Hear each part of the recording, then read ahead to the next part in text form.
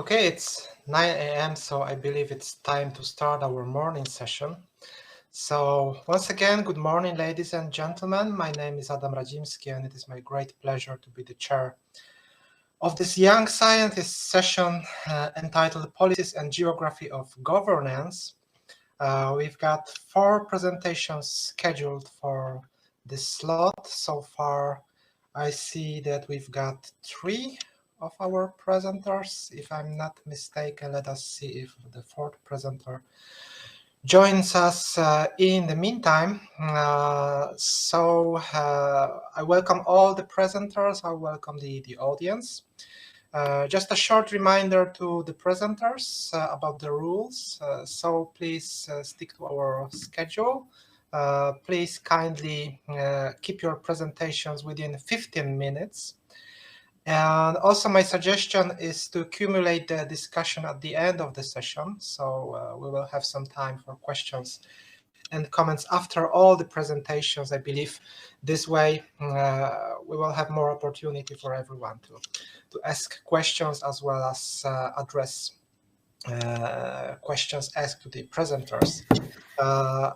There are at least 2 opportunities to ask a question. First of all, you may use the provided chat function.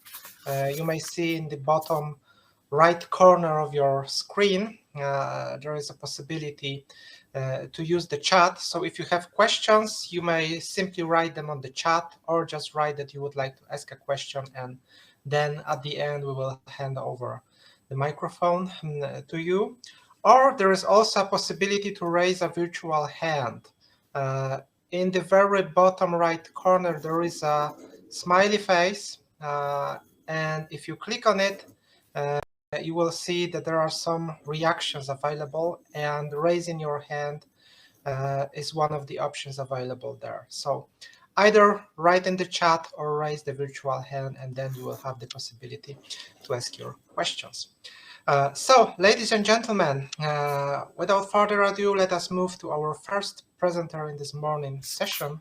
The first presenter is Petra Kinga-Kezai, who represents the CERS Institute for Regional Studies in Dior, and the title of her presentation is When Brothers Work Together, the Mountains Gold, Sister Cities Networks, Development in Central Eastern European Regional Centers. So, Petra, I now invite you to present your findings.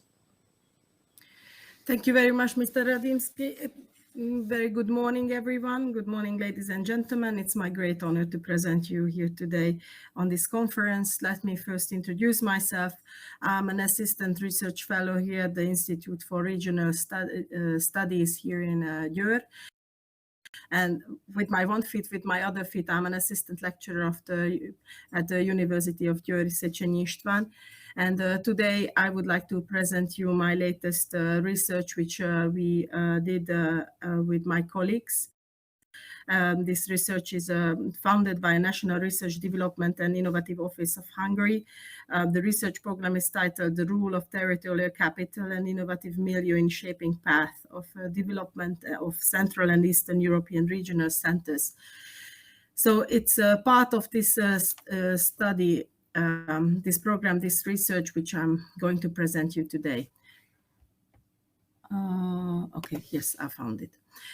All right, our goal is to analyze the network of the sister cities in the Central Eastern European region.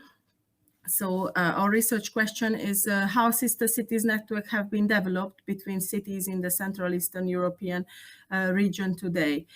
We found a gap, according to Lee Hu in 2018, that the sister city relations represent an important but less researched type of regional network analysis. So this was the reason why we started this topic.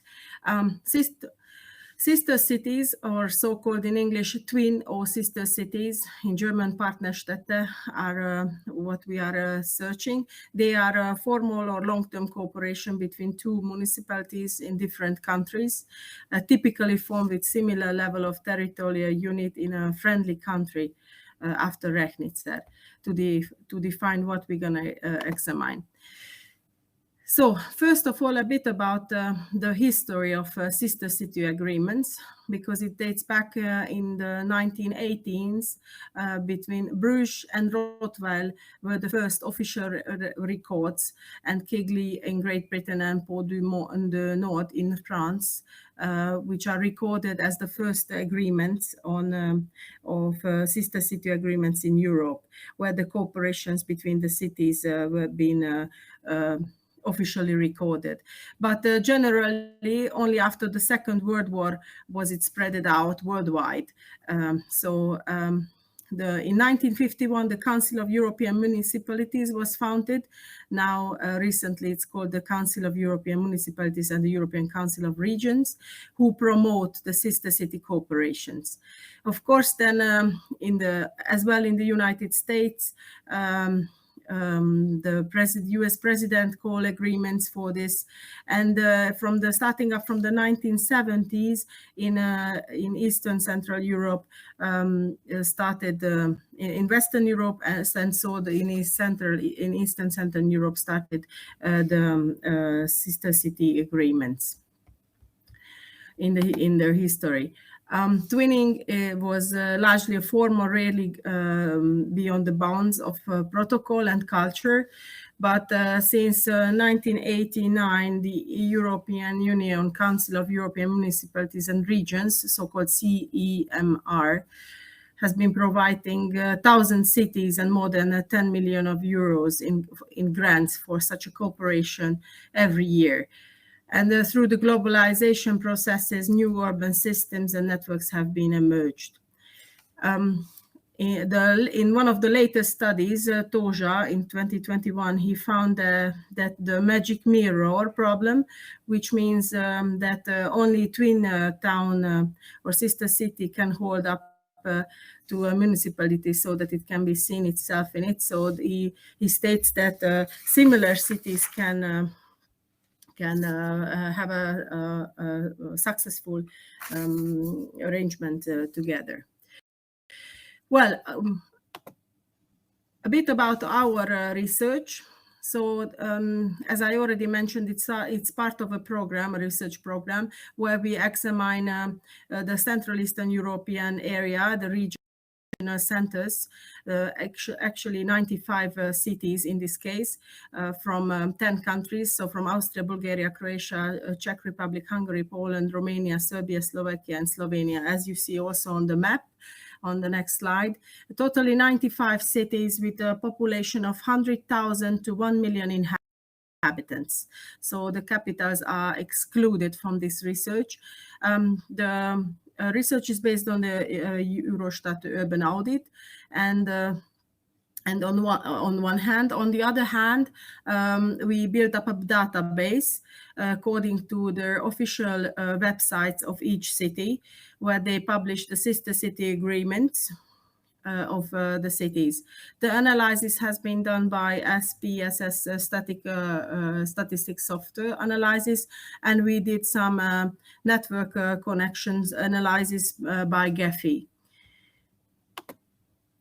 I forgot to mention that the database for the network has been established in 2022 April, so the results are according to April 2022. Totally, for these 95 cities, we found 1,125 agreements. So it means in average there are 11.9, so nearly 12 cities each. An average city has in average 12 sister city agreements between 868 cities around the globe. Among the 95 examined cities, 43 cities have an above average agreement. They have more than average twinning or sistering partnerships. Out of the 195 countries, 87 countries are involved in this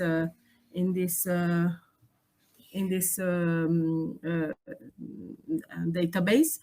The cities with sistership agreement are for most countries, like Lublin is very well presented, Plovdiv, Constanța, Linz from Austria, Debrecen from Hungary, Iași from Romania, Split from Croatia, Košice from Slovakia, Krakow from Poland, Brasov, Krunapolka, Szeged, Varna, and so on. You see the more than average partnerships on the slide. Well, we examined where these partnerships come from. So these 95 cities, they have a partner and sister city or in the Central Eastern European regional centers, mainly in Europe, 834 by number. The second most connections are in Asia, 198. Then in North America, South America, a little bit in Africa, and only one in Australia.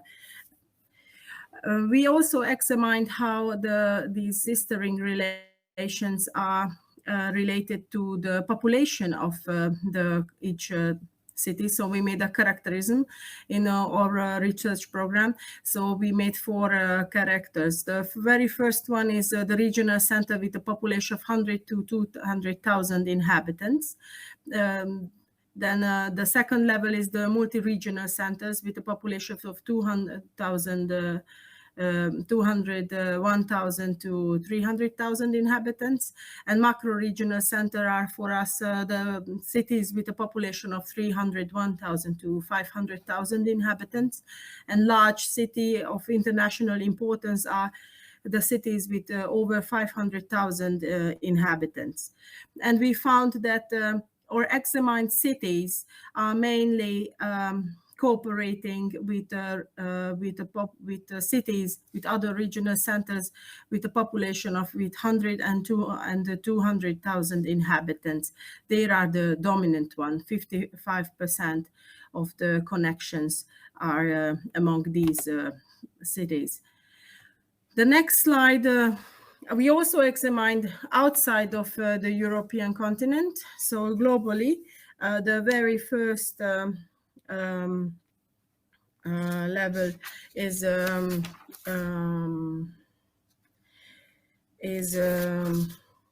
Asia.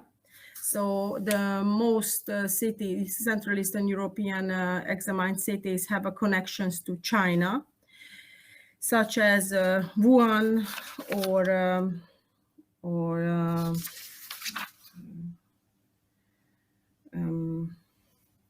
just a second. So mainly to China, then to Russia. The third most sister city agreements are signed in Israel, then Turkey, Georgia, and Japan.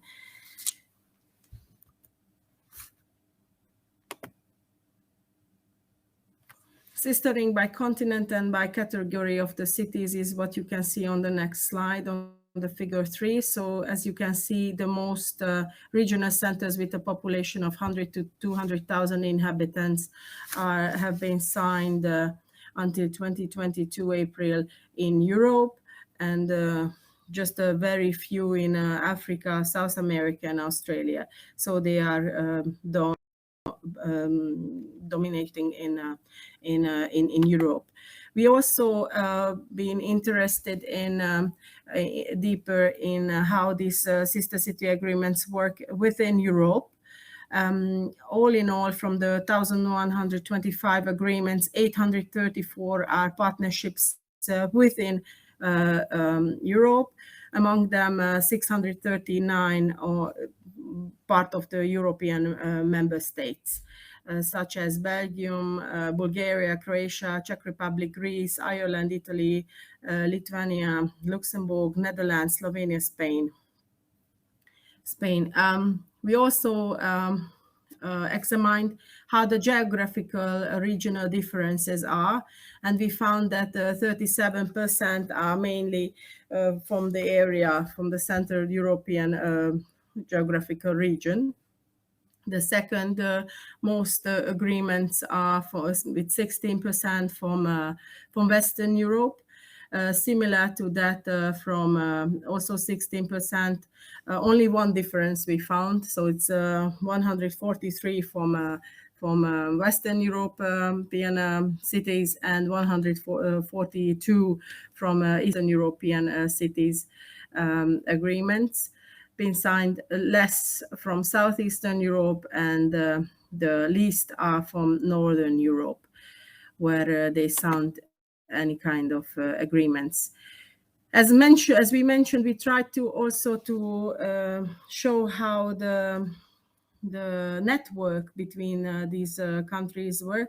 So the next slide shows you a network system made by GAPI.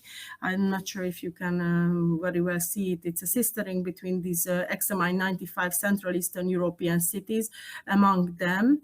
And we can tell that Lublin is the city which has the most successful politics in sister city agreements, because they signed the most agreements.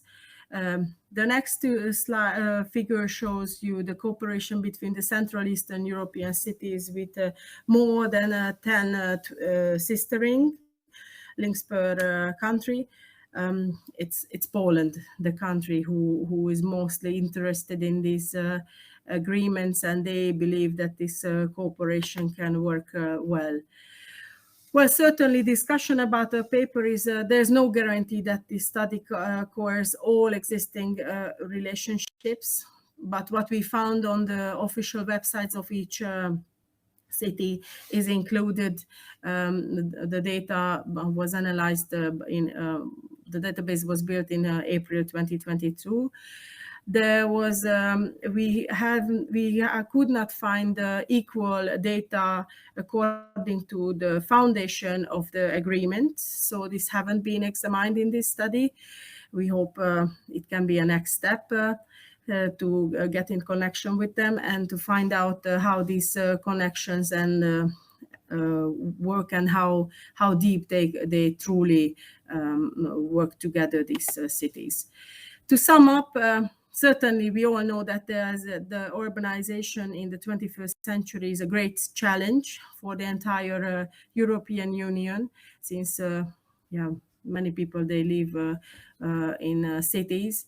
And for the CEU region, we would like to consider this paper as this research as a relevant conclusion that in the light of appropriation and the transformation of municipal diplomacy and urban diplomacy, we found that the wealth of twinning links between the cities in Eastern and Central Europe, and there's no close correlation between the city size and the number of contacts. And also to say that larger cities are more active in the cooperation, but local economic character and activity, the persistence of different institutions, or even historical traditions and neighborhood relations play much more an important role, what we found.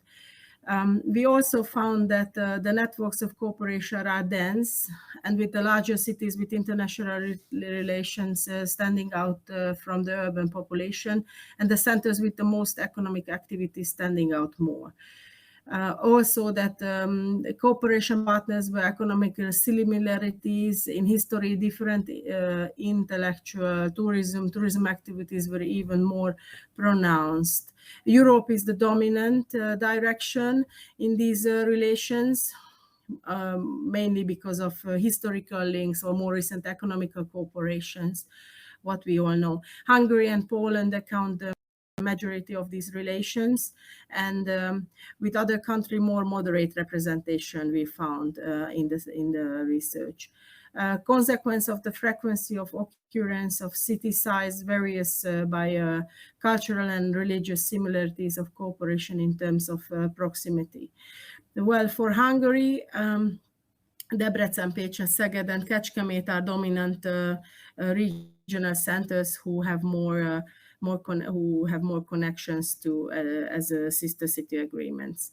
For the next phase of the research, we would like to examine the interactions between these their the city's institutions, and whether some kind of corporations or clusters of these cities is being created in the Central Eastern European region, and whether there are any possible and actual control for these centers. Well, and thank you very much. And here you can see the research program, which was which gave us the foundation for this research. Thank you very much. Thank you very much, Petra, for your presentation and also for great time management. So as I suggested, let us have all the questions and comments at the end of the sessions after we have an opportunity to listen to all the presenters. Thus, I would like to now invite our second speaker, who is Dovydas Vizbelis from the Lithuanian Center for Social Sciences. He's going to deliver a presentation on the territorial analysis of Lithuanian youth turnout on the example of the 2016-2020 parliamentary elections. Okay. Good morning. My topic is territorial analysis of Lithuania youth turnout on the example of 2016-2020 parliamentary election. First of all, I would like to explain why this research was done on the example of parliamentary elections. In the presidential elections of Lithuania, voter turnout is mostly associated with specific personalities. Voter turnout increase in the village, city, or region where a candidate is from. The results of municipal election are also highly dependent on local factors. Different individuals with different personalities, reputations are run for election in different regions, so it is not accurate to compare the entire territory of country. In the parliamentary election, especially when we talk about the proportional part of the election, all citizens of the country have equal opportunities, the same candidates and their party lists. Lithuania has mixed electoral system. Therefore, when I will talk about voter turnout in this report, I will be referring voter turnout in the first round when elected according to the proportional system. And in the 2016 Lithuania parliamentary election, voter turnout in first round was 50.31%. In the 2020, 47.06%. It is understandable that the voter turnout in 2020 decreased since the election were held during the peak of the COVID-19 pandemic. We can look at turnout at constituency level. On the left side, we can see the 2016 voter turnout of parliament election. On the right side, voter turnout of 2020. In Lithuania, the voter turnout of parliament election is clearly territorial differentiated from eastern, southeastern Lithuania, where the region is very active. A strong decrease is visible as we move toward western Lithuania. In 2016, several regions in western Lithuania were quite active, such Palanga, Raseiniai, part of Pagėgiai, Šilalė, Naujoji Akmenė. But in the 2020 election, the COVID pandemic changed the whole picture and even more highlights the differences between the eastern part and the rest of Lithuania. In Vilnius, Kaunas, and Klaipėda, the biggest cities of Lithuania, the situation has not changed much. In terms of voter turnout in different age groups, it is not news that in Lithuania, as most country of the world, youth turnout is the lowest among all age groups. As we can see, both 2016 and 2020 parliamentary election it reached about 38%, when the overall national average was about 50 and 47. However, in 2020, we can see slightly increase in turnout of young voters, especially when we talk about young people between 25 and 29 years old, whose voters turnout despite the COVID pandemic rose by almost 1.5 percentage points, while voter turnout in the other age groups increased significantly more.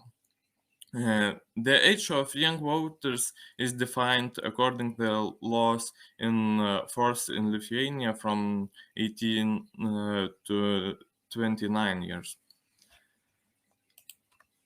Are young people quietly passive anywhere in Lithuania? We can notice that the turnout of young voter is strongly different from territorial differentiation of the total voter turnout of the country. In these maps, we can see that the largest Lithuanian cities, Vilnius, Kaunas, Klaipėda, and their suburban areas stand out where more and more young, well-educated families are settling. As you can see, in 2016, youth turnout in almost all constituencies was lower than the total. And in 2020, we can see greater growth in larger cities, especially Vilnius, where youth turnout is higher than the total turnout of all age groups in most constituencies. Okay, now let's talk about why youth turnout has increased. On the left map, we see a change in youth turnout, and on the right map, the support of a new party, the Freedom Party. Even when comparing these two maps visually, we can notice a certain connection between them. We can especially single out Vilnius, Elektrėnai, Kaišiadorys, Kaunas municipalities, and of course Klaipėda region. After calculating the Pearson correlation between the change in youth turnout and support the Freedom Party, the following was found: a moderate positive correlation was found when sample size is all the constituencies of Lithuania, or equal 0.33, and strong positive correlation was found when sample sizes the constituencies of large city region, or equal 0.44. Why exactly did the Freedom Party lead to growth of youth turnout? The Freedom Party, primarily a new party whose values and ideas are highly relevant to young people: LGBT plus rights, legalization of marijuana, animal protection and rights, ecology and clean environment, and similar issues have been of great interest to young voters.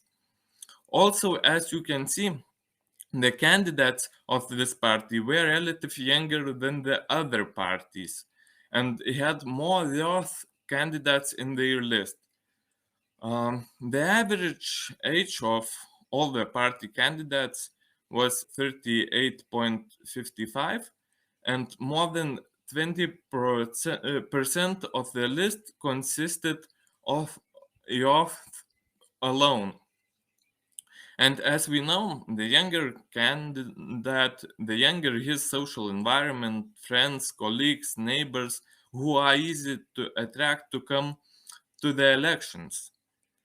And in the future, we can expect the even greater increase in the turnout of young voters if the Freedom Party lives up to the voters' expectations. Also, if there will be other parties that will focus more on youth issues. So, thank you for your attention.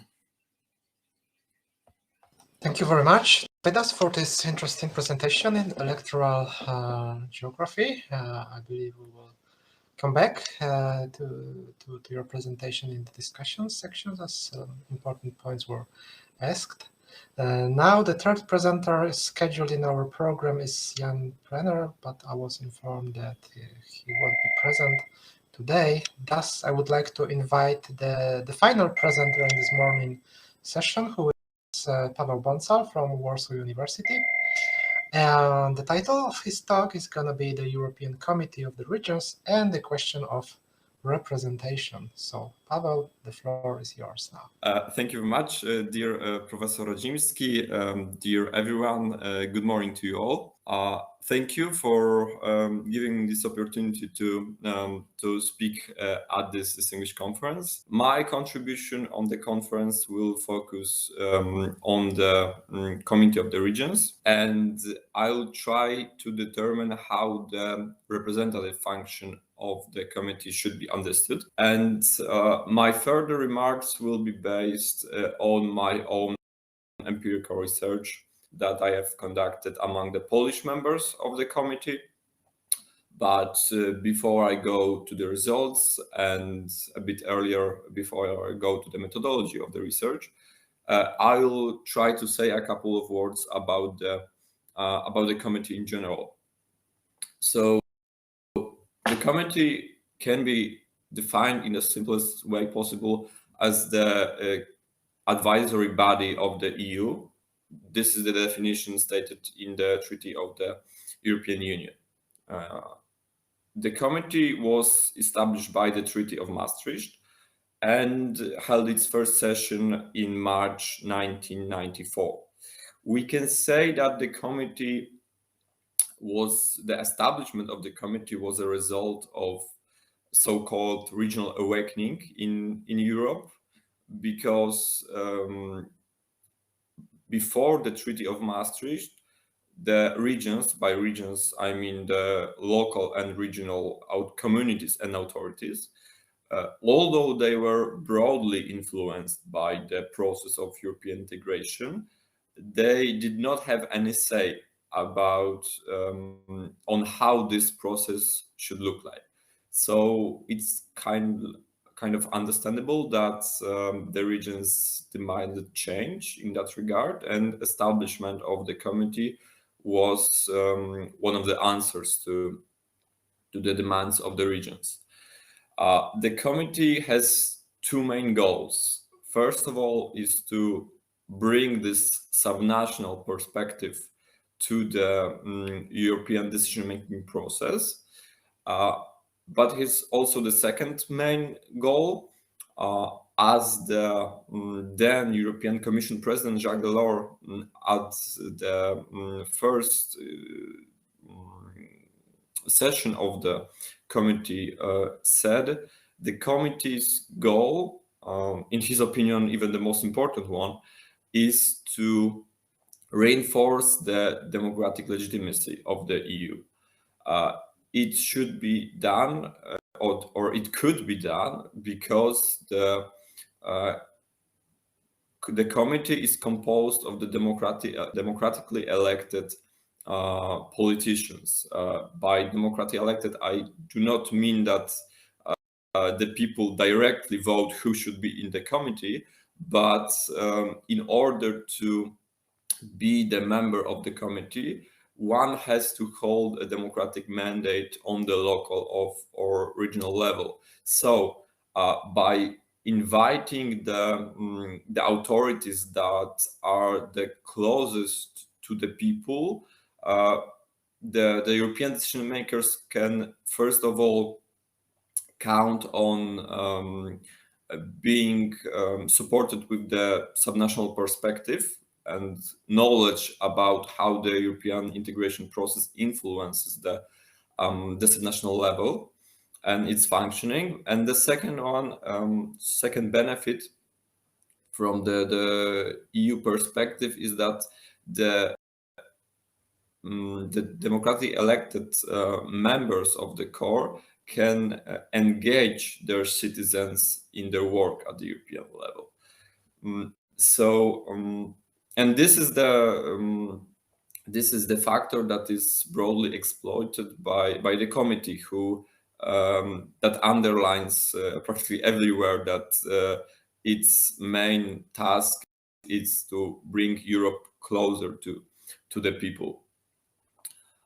The core, in more formal terms, has three main functions. The first one is advisory one, and the committee issues opinions or resolutions on the, for example, and most important one, the projects of the legislation proposed by Commission.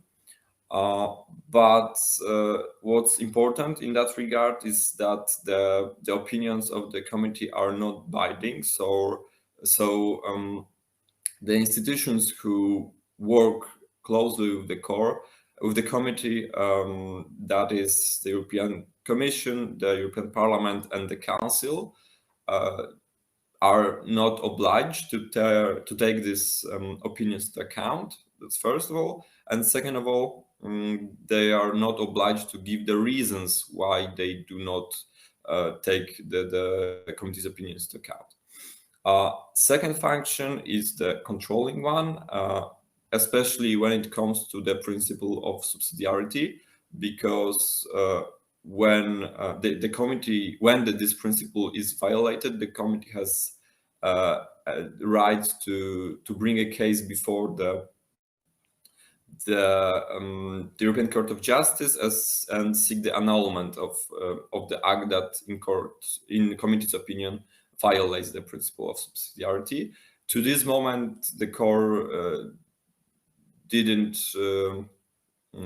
make use of this right by filing a case to Luxembourg, but it managed to put a pressure on the European Commission to withdraw the proposed legislation that, in court's opinion, violated the principle of subsidiarity. And further of all, the representative function, that will be topic of the further remarks. Okay,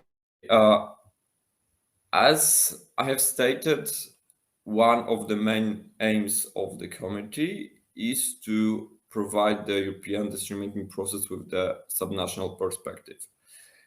And it means that the committee should be the voice of the subnational level in general.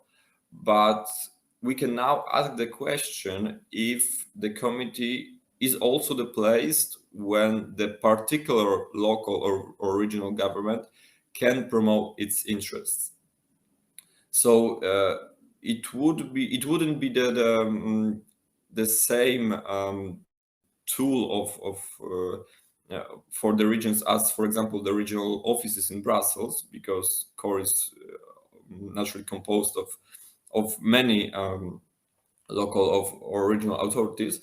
But if they could promote their interests, their particular interests at the European level, it would mean that the core would also be an effective tool from the individual local or regional community point of view. So when it comes to the methodology of the project, of my empirical research, it was conducted in March 2021. As I said, it was conducted among the Polish members of the committee in the form of survey. I asked them some of the questions that you will see later on. and over 60% of the Polish members of the committee have responded. So we can take these results as representative for all the Polish members of the committee.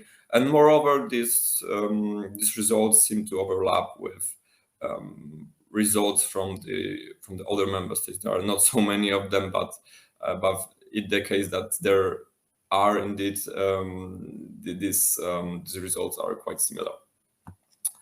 So the first and most important question, is the Committee of the Regions the place where the particular territorial self-government unit, or in other words, particular local or regional community can seek to promote its interests. And as you can see on the left side, that's the practice of Polish members. 100% of them declare that they not only consider CORE to be such a place, but they use the CORE in practice to promote their particular interests. In the table on the right side, you can see how the Polish members perceive the work of their colleagues from the other member states, and we do not have the 100% here, but nevertheless, the percentage of representing the particular interests of their local or regional communities is high. So we can assume that the CORE is being perceived and is being used as the tool to promote the particular interest. And one other interesting remark, the CORE, from these results, we can also see that the CORE is also perceived as an effective tool of representation, because it takes some effort to get into the CORE. So if this effort wouldn't be compensated by the possible benefits for the local or regional community, this effort wouldn't be worth any efforts. So talking about the benefits for the territorial self-government units, we can say that there are some, and we can divide it in two parts. Firstly, more formal one. I mean by that the possibility of establishing a formal partnerships with other regions or cities, as it was mentioned in one of the previous presentations, but also opportunity to collaborate with other regions or cities on the specific issue. And more substantive benefits are that the position of the territorial self-government unit that is in the CORE, that is represented in the CORE, is reinforced, but only in the let's say horizontal relations with in comparison to other territorial self-government units. But nevertheless, we can see that the membership in the CORE contributes to reinforcing the position. So we can see that firstly, the territorial self-government units is being represented in the CORE, and secondly, that the territorial self-government units has benefits from being represented in the CORE. But we can now ask the reverse question and ask, does the representative of the territorial self-government unit have the benefits stemming from the factors connected to this territorial self-government unit, like size of their economy or the demography? And we can see that it's not the case here, because the factors that contribute to the position of the representative or the members of the CORE, to speak broadly, are not those factors connected to the territorial self-governing units, but rather are connected to the personal attributes of the member. So we do not have this connection that goes in the two ways. And last results devoted to the democratic representation of the regional or local communities in the committee.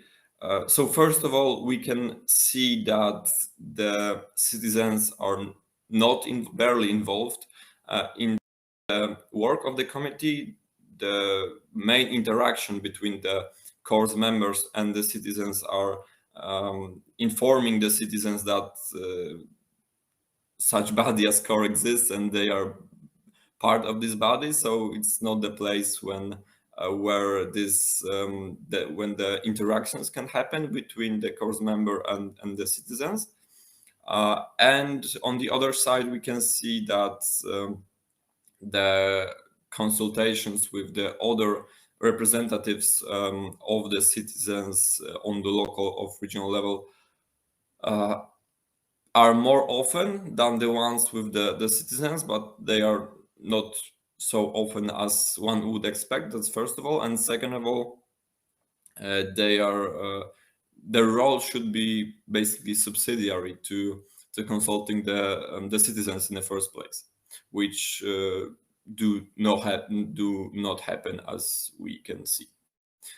So that would be all. Thank you very much. If you are interested, I took the liberty of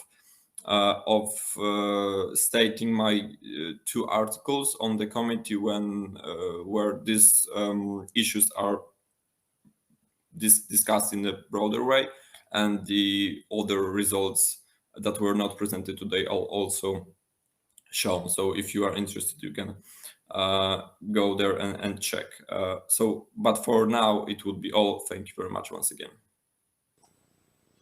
Thank you very much, Paweł, for your presentation about the role of the Committee of the Regions.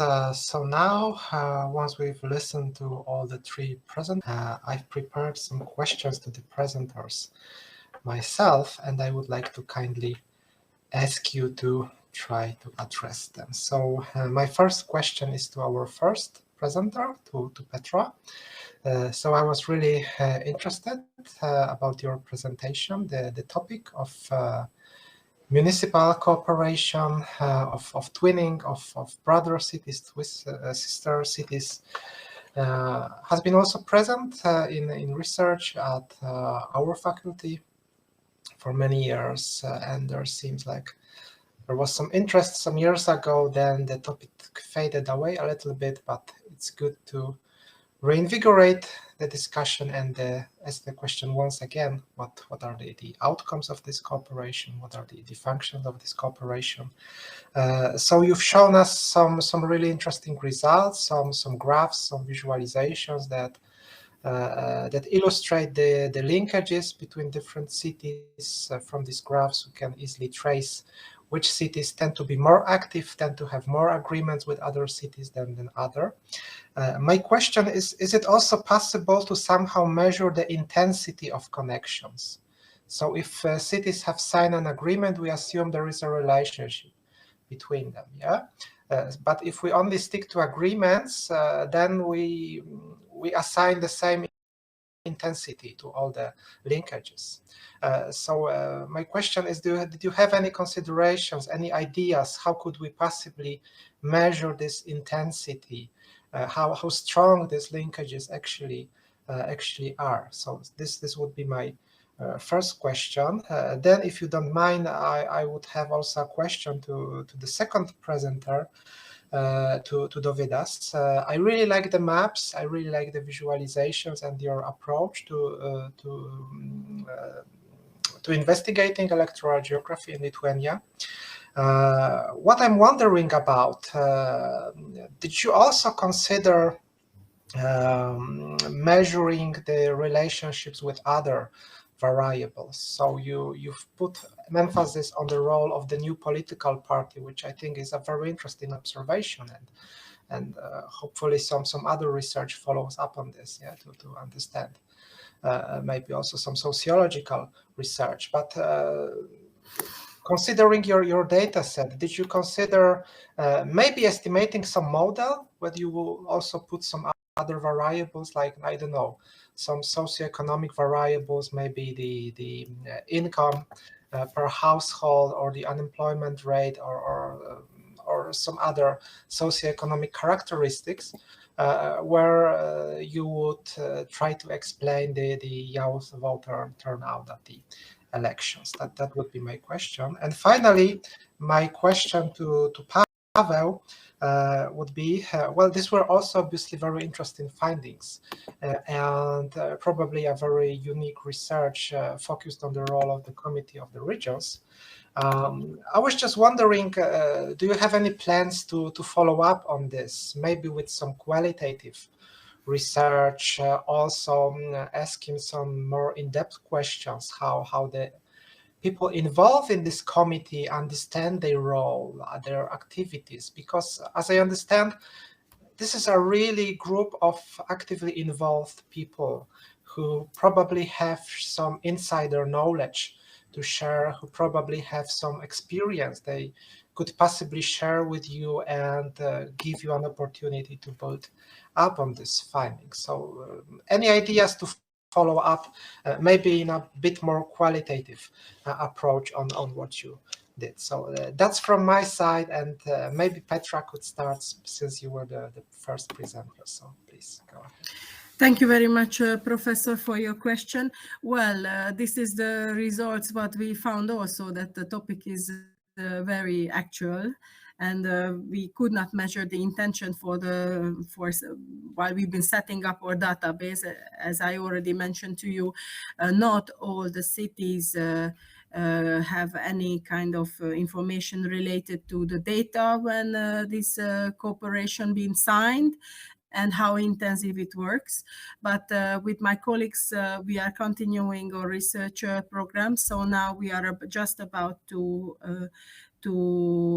set up a questionnaire, which we would like to send out to the municipalities of these examined 95 cities, to question them how this intention or intensity of these partnerships work, with whom they cooperate, which institutes they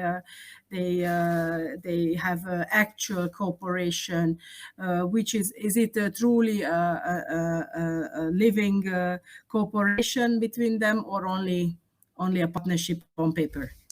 So this is what we are working now, and I hope that to the end of next semester we can finalize the questionnaire, and we can start to send the survey out, and we have some results. Then this is our next continuous research step. Thank you. I think a questionnaire is a very good idea in this context. I was just wondering also what are you going to put into the questionnaire? Like, what are the actual topics, actions that are relevant for this kind of cooperation? So, for instance, if representatives of one city visit another city, is it more important than, say, maybe implementing some joint action in schools, for instance, yeah, like educating children about a topic in cooperation with other cities? Yeah, so there can be really different kind of actions, and there's a question: how do we assign values or weights to the different actions? I'm really curious about that. Thank you very much. Well, this is the topic what we are also thinking about, with, as I already mentioned, with my other full-time at the university, and we mainly concentrate, I believe, with my professor János Reknitzer on the cooperation between the institutes, such as universities or research institutes, or any kind of other organizations, civil organizations, if there are any other questions which can strengthen this cooperation and collaboration between the cities. Thank you so much. Okay. Thank you. I think also maybe looking into the websites, for instance, of the cities. Can you find any traces? Might be an idea. Okay, so thank you very much. Thank you very much, Then may I Professor. ask Davidas?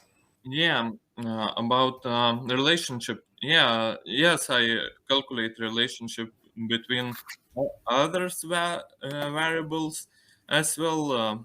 Young voters turnout depends on education, incomes, and other indicators, but the concrete growth of activity depends only on the new political player, which focuses a lot on the young voters. Okay, just to clarify, so the role of the new political party, it's linked to an increase in the young voter turnout. Did I get it correctly? Not with the share of young voters showing up on elections, but with the increase between elections in 2016 and in 2020. Was it right? Yeah. Yeah, new party. Before we don't have party who solve young voters problem. We have problem with marijuana legalization, LGBT problems, and etc. And now we have new player who change everything. The program is concrete to young people, the young people issues. Okay, so this the role of this new party seems to be pretty clear. Just my suggestion that you may still consider maybe estimating a kind of model where you would put together all these different variables as well as the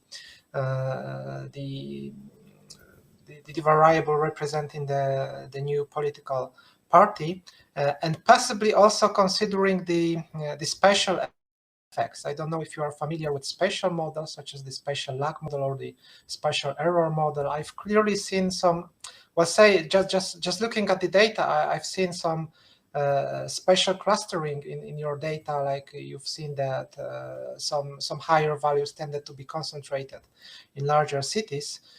So there might be some spatial autocorrelation issues in the data that could be captured with the spatial model. So maybe look into the spatial lag model or the spatial error model, and yeah, that might be an idea to make a really interesting study out of it.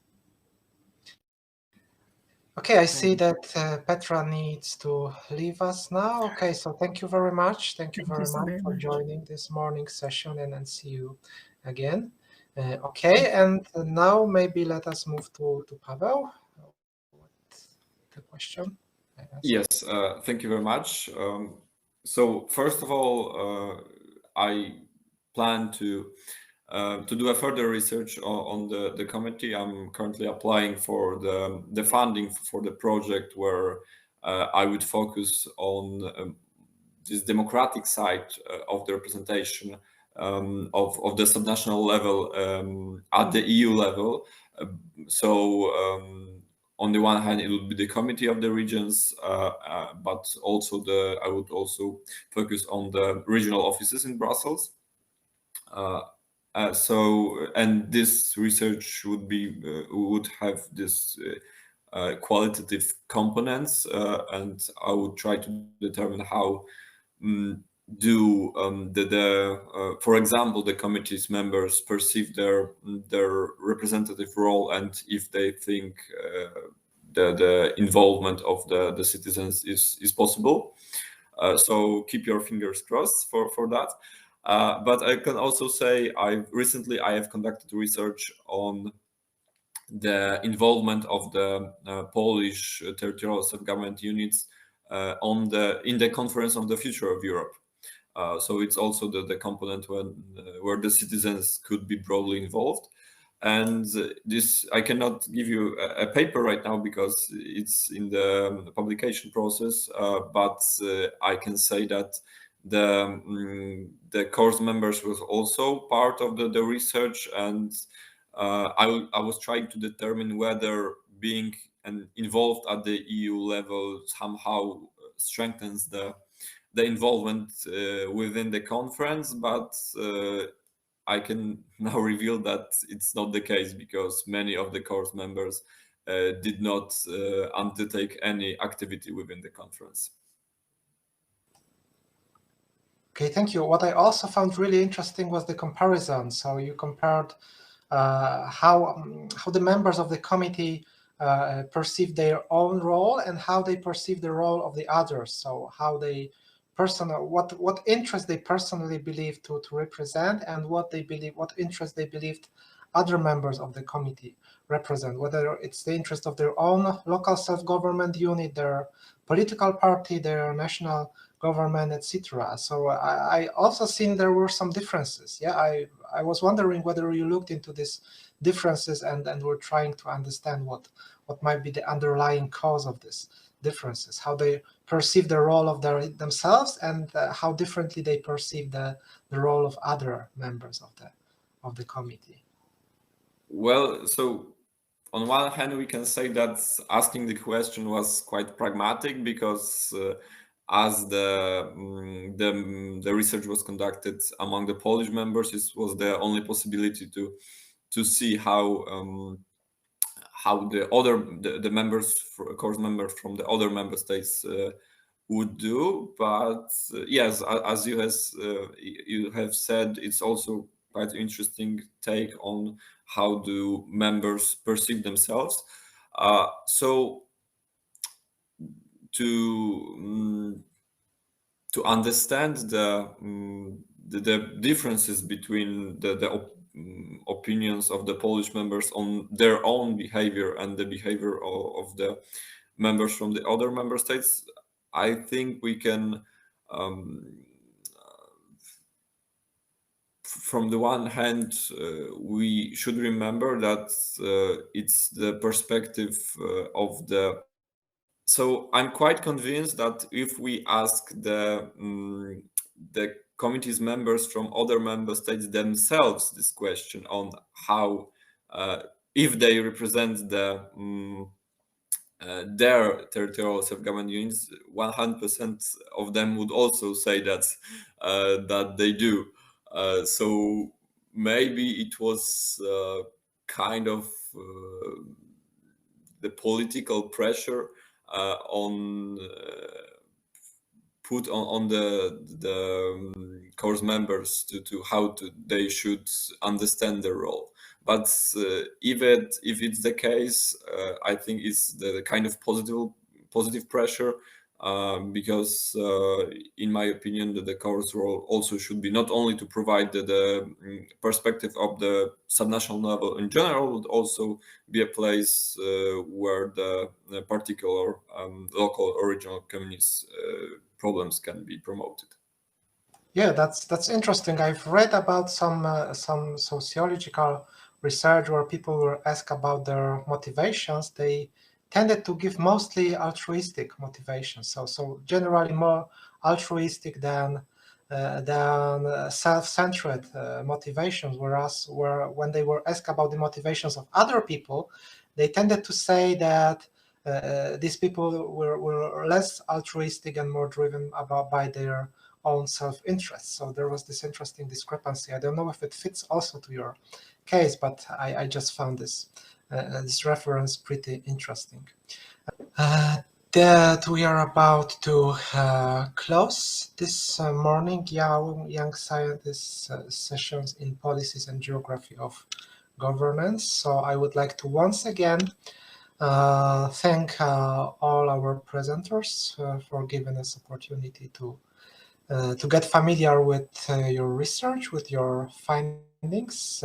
Thanks to all the members of the audience for joining us. And we are now going to have a bit longer break before the start of the next session. So yeah, you may use an opportunity to connect to a parallel session or simply join the next session. Once again, thank you very much for joining, and see you in other sessions of the conference. Enjoy the rest of the day. Thank you.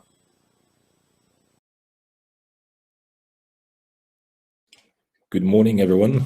A very warm welcome from a sunny Upper Silesia. Today, no snow, but still quite chilly in the morning, but the sun is there. So hopefully your day is also very nice and very, let's say, smiling. For today, we have a great session of young scientists. This is the session called Economic Geography. During this session, there will be hopefully full presentations. I haven't heard about any changes, so let's see what we can do today. There is Thomas talking about successful customer relationship management and some issues. Katarzyna about Industry 4.0 and how does it probably link to post-industrial towns, cities. And we have Tinde about shadow market, and last but not least, Martin about the distance and how it can interfere with value forms.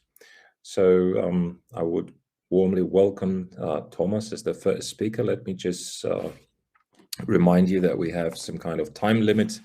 So hopefully you can present within 15 minutes max, and then that will allow us to still go on with some kind of question and answer session that will follow the presentations, if you're okay with that. So could we probably ask Thomas to start the presentation? Thank you. Nice to meet you. I would like to introduce you into my presentation. My name is Thomas, and I will talk about the segmentation of retail customers based on cluster analysis as a part of the building successful customer relationship management. So my presentation will take several parts. I'm going to start with customer segmentation. Next, I will talk about the method and form of cluster analysis. Next, I will try to describe our data with which we were working with. I will sum up some findings and results of my research, and I will make some conclusion at the end of my presentation. So what exactly the customer segmentation is? Segmentation in general, or customer segmentation, can be described as the process of dividing the market's buyers into several groups according to the specific characteristics, behaviors, or needs of the customer. In my opinion, in recent years, this topic became more and more popular among the companies because the proper targeting, especially marketing strategies, to the proper customer is very crucial for the company. And for example, when we look at the Pareto principle, we can say that in general, 20% of your customer generates you 80% of the revenue, and vice versa. And that's why I think the customer segmentation is crucial. To achieve the proper customer segmentation, in general, you can use the cluster analysis, which can be defined as a statistical technique for grouping research objects or variables based on similarities of their properties or characteristics. And we know two methods of segmentation, the hierarchical method and non-hierarchical method. The differences between these two methods are that the hierarchical method is unsupervised and the clusters are ordered in a top to bottom manner. And the hierarchical method follows the tree-like structure. In contrast, the non-hierarchical method does not follow this rule. And also, the non-hierarchical method is more reliable in contrast to the hierarchical method. The most common algorithm of the non-hierarchical method is k-means. We wanted to use the k-means as the algorithm, but after the data preparation phase, we found out that our variables and inputs includes also the categorical variables, so the k-means couldn't be used. And due to this fact, we decided to use a two-step node cluster analysis, which is exploratory tool which revealed the natural grouping within datasets. And it is capable to work with the continuous and also the categorical variables. And it also handling the and tries to uncover the patterns in input fields. So let's talk about the strengths and the weaknesses of the two-step node cluster analysis. As I mentioned, there is ability to handle a mixed field types, and also due to the fact that we were working with more than 100,000 records, the criteria of the opportunity to work with a larger data set has been very important for us, and this method is able to work with larger data sets. It also automatically excludes outliers or other unusual cases. And if you aren't able or don't know to choose the proper number of clusters, there is an option to choose it automatically. Of course, it has some weaknesses. This algorithm cannot handle missing values, and these blank inputs and records are ignored. But as I mentioned, we made a data preparation phase in which we detected and exclude the missing values. It was around 500 records, so it was not very crucial to exclude these records. Now let me talk about the inputs. At the beginning, we are working with 3 row datasets in which the only merging variable was the customer email. And the customer email helped us to merge these 3 datasets into one master dataset. Next, we got a status, which represent the final order status. And we decided to work only with the completed orders. Order value, I guess that is clear from its own name, same as delivery method country. Next, we got 3 time-based variables, which we created according to the timestamp of the order, and it's day name, day period, and the quarter. The day name, clearly the weekdays from Monday to Sunday. Day period, we split the day into the morning, lunch, afternoon, evening, and night. Quarter, I guess it's clear, and the gender divided into the female and male. We are working with a company called Jim Beam in a research period of time from 2014 to 2019, and the total number of inputs is over 100,000 records.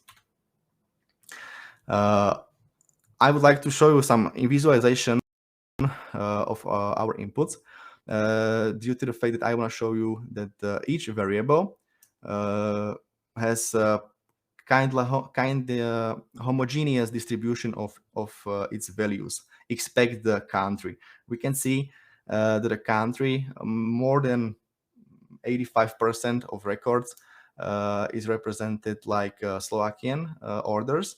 And due to this fact, we decided to split our row inputs into the 2 sections. One Slovakian orders and the global, which is represented by other countries. We can see other visualization and the visualization of the order value and the frequency of the values in scale of the 0 to 300 euros. We can see that the majority of the orders are in interval from 0 to 50 euros. And also we can see that there are no outliers in this variable. So now let's talk about the finding and results and the model description. We choose only certain inputs, 7 inputs into our modeling. According to the elbow criteria, we decided to use 3 clusters as default. The distance measure was set as log likelihood, and a cluster criterion, AKI's information criterion. And some other info. As I mentioned, all input records were divided into the 2 subgroups according to country of origin, to Slovakia and the global. And also we decided to divide the gender according to the sex criteria and the global and the country of origin criteria into the 4 subgroups, male and female from Slovakia and global. And the main goal was to compare the clusters specifications across the male from Slovakia versus global and female from Slovakia versus global. Now I will briefly go through each category, because later I will compare in more in-depth description. So we can see in a male from Slovakia that there are similarities in a day period at night and the day name on Monday, but there are some differences in a quarter and the order value. About a female from Slovakia, the same similarities in a day period, the night, but similarities also in quarter, in contrast to the male from Slovakia, the first quarter, differences in order value and day name. Let's talk about a male from global section. We can see differences in day name and order value as same as a quarter, but the similarities in a day period as in the previous groups. And the female from global, we can see differences in day name and order value, quarter, but similarities in day period. So now let's look closer to the differences. So we got on the left side a male from Slovakia and a male from the global on the right side. We can see that the male from Slovakia are shopping in the first and the last quarter of the year, in contrast to male from global, which are shopping on the first and the second one. That's the first main difference among these two groups. Also, we can see that male from Slovakia are shopping on Monday, but male from global on Monday and one cluster on Tuesday. We can see similarities that each or both groups are shopping at night. And also the delivery method is the same in both groups. What is more, there is one difference between these two groups, and it's importance of the variable. And the importance of the variable is represented by the row of by the order of the variable in these tables. So we can see that for the both groups, the delivery method is the most important variable. But in the male from Slovakia, the order value is the second, the most important variable. But in the male global, the quarter is the most important, second important variable. Let's continue with female. When we will continue with importance, here we can see differences in importance on the first place, while for the female from Slovakia, the most important variable is day name. For female from global, the delivery method, same as for male, is the most important variable. And there are other differences in importance. Also, we can see that the female from Slovakia are shopping only in first quarter, but female from global in first and the last, fourth quarter. There are similarities. Female from Slovakia are shopping at night, same as the female on global, and we can see also in a day name differences. Female from Slovakia on Monday and Tuesday, and female global from Monday and Sunday. So in the long run, I would like to say that the customer segmentation is a very important part of the customer relationship management. And according to our researches, there are some differences in cluster specification according to gender or country origin, but the shopping behavior is very homogeneous, even though these separations. And due to this fact, we think that the company should focus on a specific day of the week and a specific period of the day, because we could see that each cluster has been shopping at night. So the company should focus on these two results and opportunities, how to target their customers. And what is more, we are currently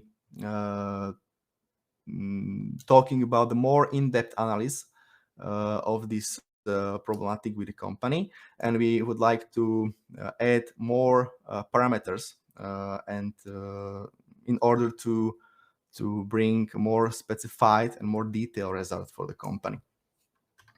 So thank you for watching, and don't hesitate to ask any questions. Thank you so much, Thomas. It was really interesting. Well, let me take this opportunity to welcome Katarzyna now. Before Katarzyna starts, I have noted some questions, but I think we can come back to the questions when all the speakers are already finished their presentations. So I also warmly welcome any questions from the audience. So please make use of the chat function. That will be best for us to recognize the questions. So Katarzyna, the floor is yours. Great, fine. So I would like to welcome everyone. My name is Katarzyna Hetmańczyk. I'm the student of geography from the Jagiellonian University. And today I would like to present you the first results of my research about the mechanism of new path creation based on Industry 4.0 technologies providers in post-mining towns and cities in Poland. If we're talking about the agenda, so I won't read it. You will just take it with me, just step by step. So let's move to the main aim of my research. So by my research, I wanted to verify how the post-mining cities losing their functions could create a new development path based on Industry 4.0. And why did I choose those issues? Firstly, there is a small amount of analysis for cities with monofunctional industrial past. Then there is a small amount analysis of cities in the phase of transformation. The case studies that I chose for analysis are generally portrayed negatively, which is not necessarily reflected in the reality. And the fourth one, I think really important, is there is need to emphasize the role of educating children, teaching them the competences of the future. I will tell you more about them a little bit later. The case selection consisted of 4 steps. First, I chose the regions that I would investigate. They had to have industrial heritage and some 4.0 projects. And then I decided to choose the cities with monofunctional past and difficult transformation. Then my analysis based on statistical analysis. Then I read lots of city policy documents and leading companies. And the last step was interviews with digital entrepreneurs and with educational institutions.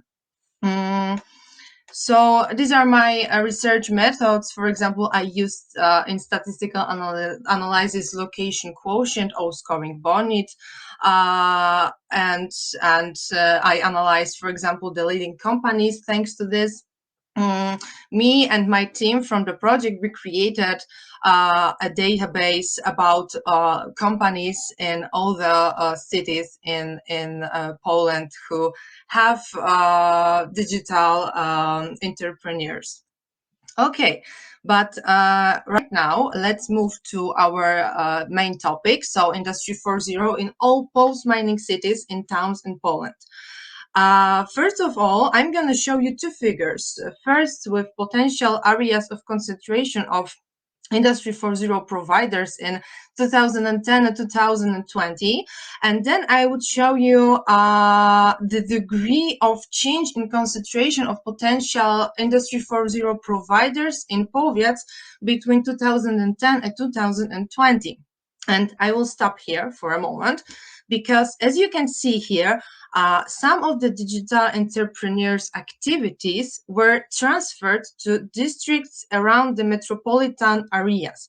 The most clearly, you can see it in the Wrocławski district, where the change is really, really high. And then if you look at the Białystok city and then to the Żory city, you could notice the same positive change. And now I want to move back to all the post-mining cities in Poland. So in 2004, the Minister of Economy, Work and Social Policy published a list of 68 Polish mining municipalities.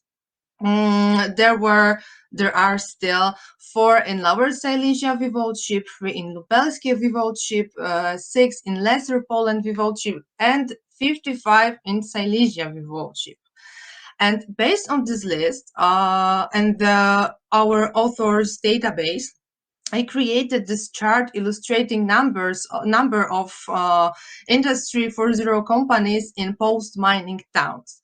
As you can see here, Katowice and Gliwice alone concentrate almost all of Industry 4.0 providers in those municipalities. Among 68 mining municipalities in Poland, Industry 4.0 providers have been identified in 28, mostly in the Upper Silesia industrial district and Rybnik coal area, but not in all of those towns. And if you look at the average index in post-mining cities' propensity to Industry 4.0 development, you can see, of course, Katowice and Gliwice with very large number of Industry 4.0 companies and really high potential. But there is, for example, not a noticeable presence of those companies, but there is limited potential because, for example, Zabrze have five digital entrepreneurs and companies, but for example, in Bytom, that's not so good presented, for example, from my research. But there are some places where there is low number or no those companies, but they are having high potential. For example, Żory, they were on my map earlier. And let's go to my case studies. So for my case studies, I chose 4 towns. 3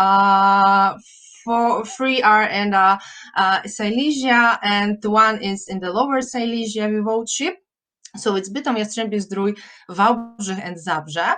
And if we look at their actual potential to develop an ecosystem of digital entrepreneurs, the town that would have the best chances would be Zabrze. Why? Because if you look at them, they are having really high presence of 4.0 companies and presence of related industries.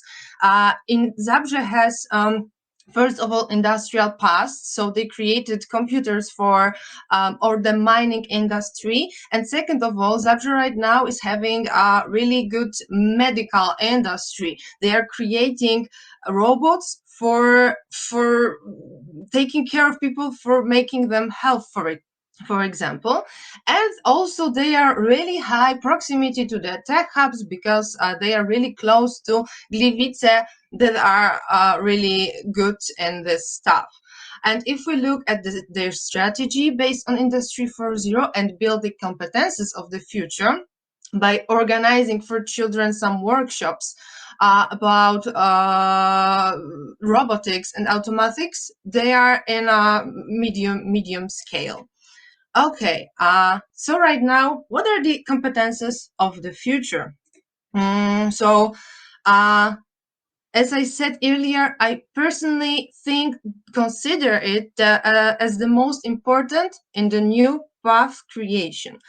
As it's defined, these are the competences of the future are ability to take specific actions using learning outcomes and one's own experiences, because we don't know how the world would like in like 20 years from now. But the goal of educational institutions right now is to equip children with a solid foundation of knowledge, assuming changing world. So in the future, those children could use some of the competences that they learned 20 years earlier, and those competences will be still okay in this new world that would change, for example, from all the technological changes. And this is facilitating, these competences of the future are facilitated by STEAM education. So what is STEAM? STEAM is science and technology that are interpreted by engineering and art, and they are based on maths. In Poland, more and more educational establishments, schools, workshops, after schools, uses that kind of education, offering children really, believe me, creative purchasing competences of the future through play. For example, in Wałbrzych, there is one organization, they are named KidsTech. They are playing with the science. They are organizing for children variety of really interesting workshops. Children are playing and they don't know that they are learning by this play. So that's so incredible.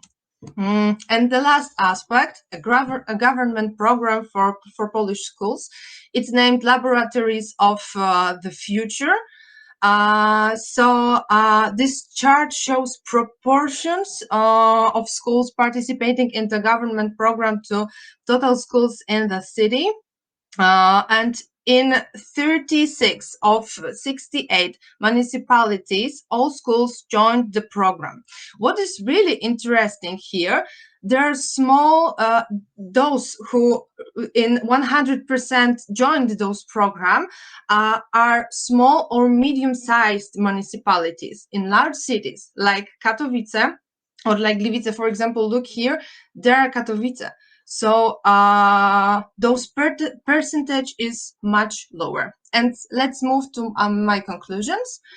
So the most important conclusions of my research so far are that the areas neighboring to metropolitan cores are gaining importance. What is more, the research showed that there are centers that can take advantage of window of opportunity associated with the development of Industry 4.0.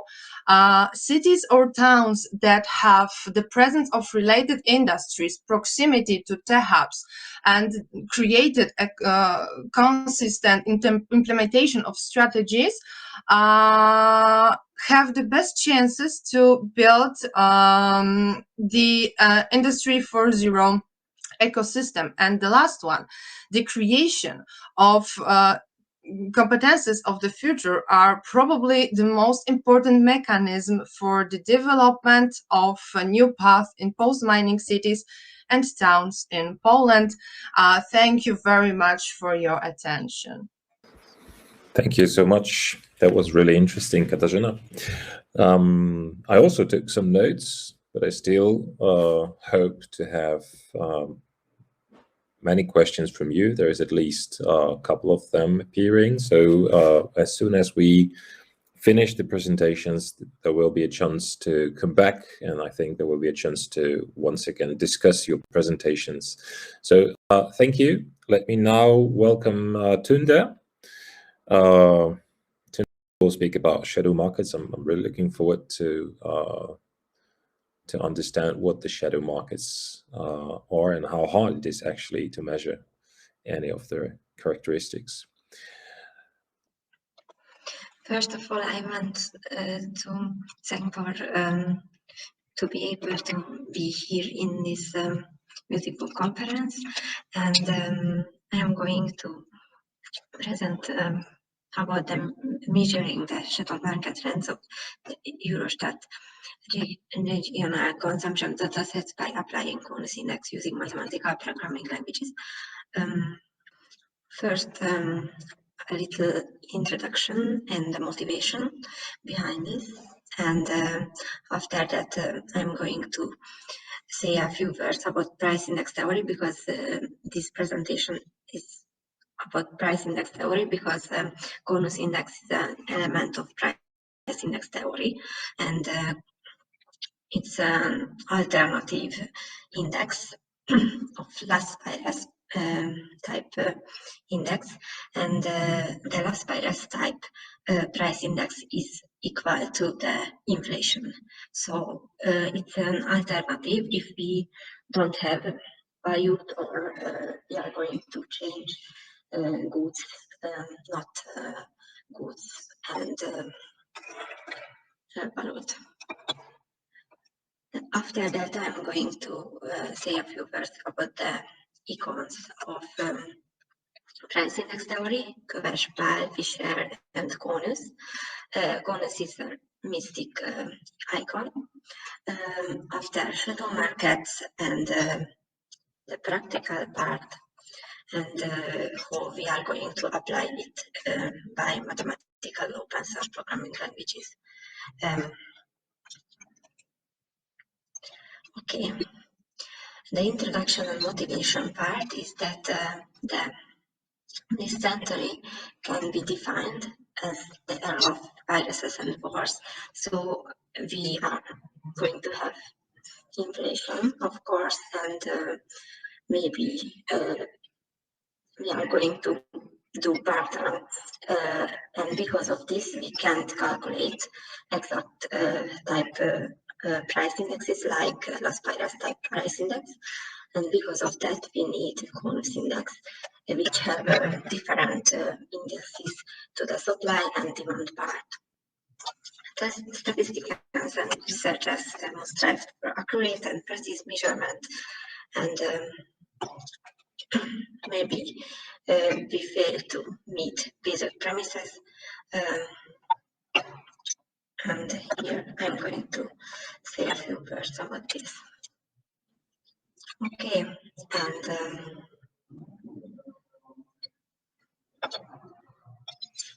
of course, in Hungary, sometimes we have price caps, and because of price caps, we don't have inflation for these special goods, so these are fixed points.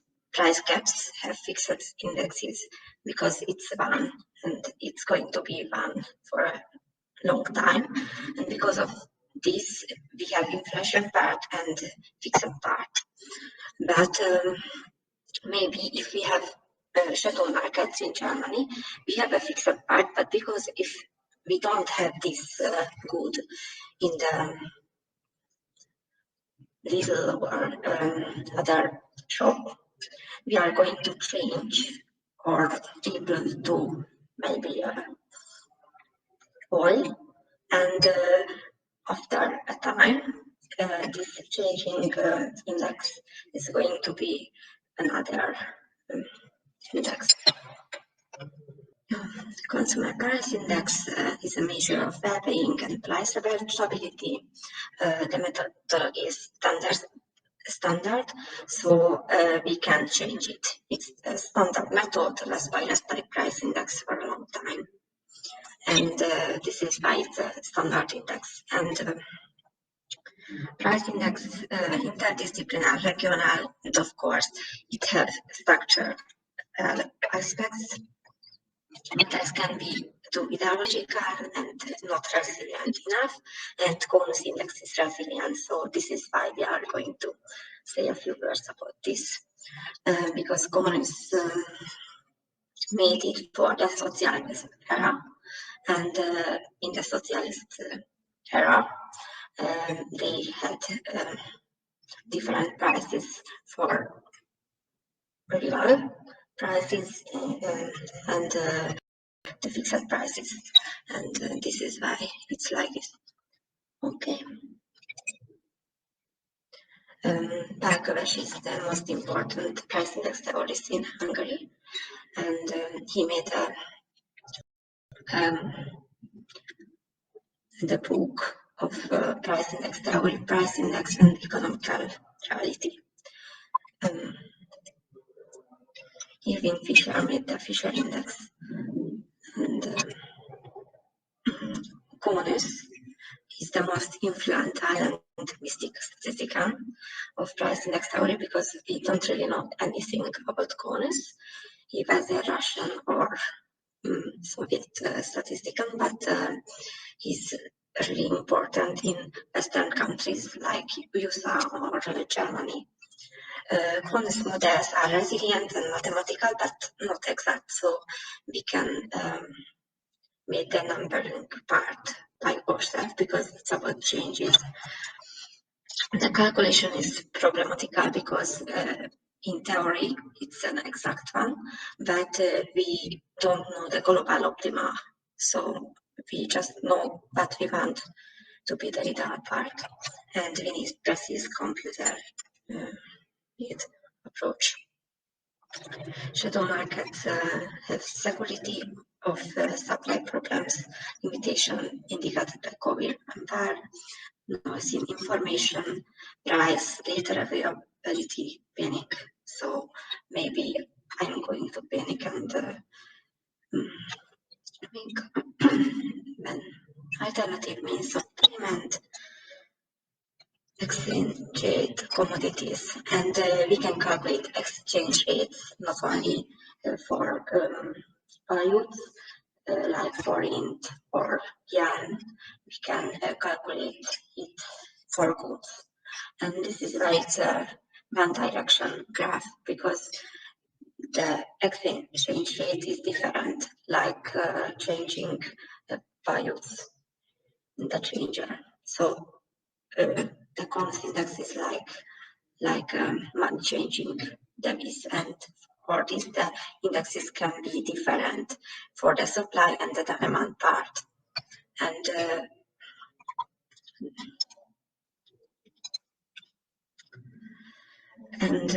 I think the global optima is unimportant because we will never know.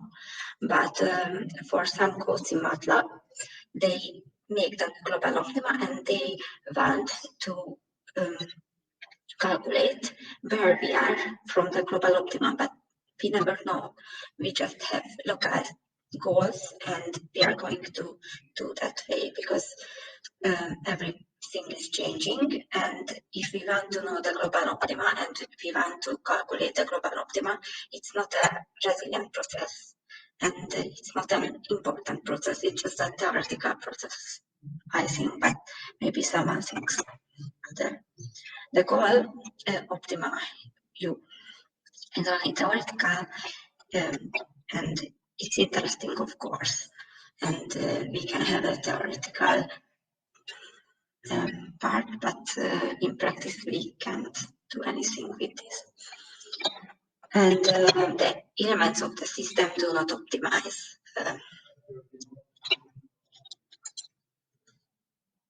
Okay, I think everyone knows about the portal in Germany. And in the cons aspect, it's like the peer and oil change can have different supply and demand indexes, because I can change equal beer to oil and back after time, because maybe no one wants to have beer more, but everyone needs oil. Okay, and these are the programming languages which can be used to make a program for this, and after that the government can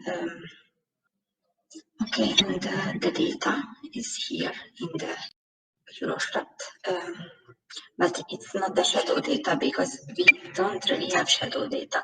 We can just see in our regional local city, maybe like in Germany too, and here is the standard data. And the summary is that this is the summary of virus and pandemics and global problems, and cons index applied by mathematical programming languages can bring resilient approach, but you need to have the calculation part for you, and it's defined by each statistic, and so the normalization is defined by the statistic and not defined by conus. And the European tendencies can be similar, even if the legal aspect is different. And for the research, I want to make a program package in Julia language for the conus index, because I think it's the best language for that. Regional analysis and graph representations for the changing value functions of the consumers. And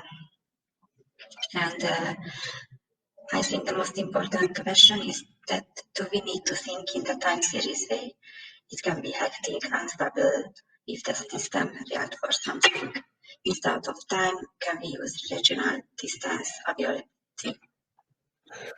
Thank you so much, Tunda, for your presentation. I think there will be questions afterwards, and we would be very happy to get to know more about these shadow markets, certainly. So thank you now, and I would like to welcome the last but not least speaker of this session, Martina. I'm still hoping to receive questions in chat. Please use this function for getting more knowledge from the speakers as of today. Thank you, Linda. And now, Martina, the floor is yours. Thank you. So my presentation today is about potential model, and more specifically about distance variable and its effect on the model as a whole.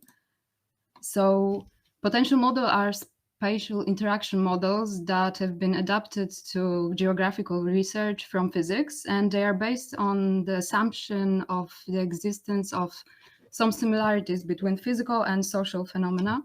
And potential models are an expression of total intensity of interaction between an individual at a given point and the whole study area.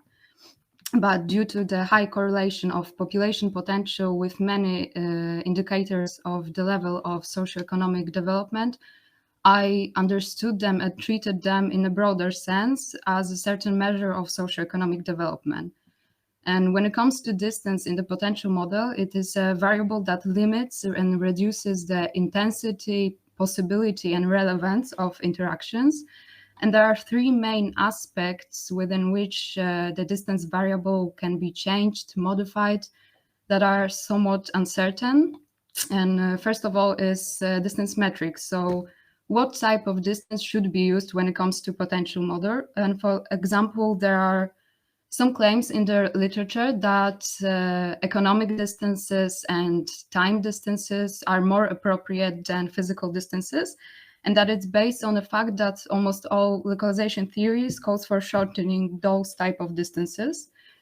And the second one is whether the models and the distance variable should be adapted to describe socioeconomic phenomena, or should it be left as it is, as a strictly physical analogy. And the third one is self-distance, which is the distance of an area from itself. And the need to determine the self-distance is based on assumption that each mass interacts not only with the other points in the system, but also with itself. And the main objective of my study was to examine the impact and the impact of those three aspects on the received potential values.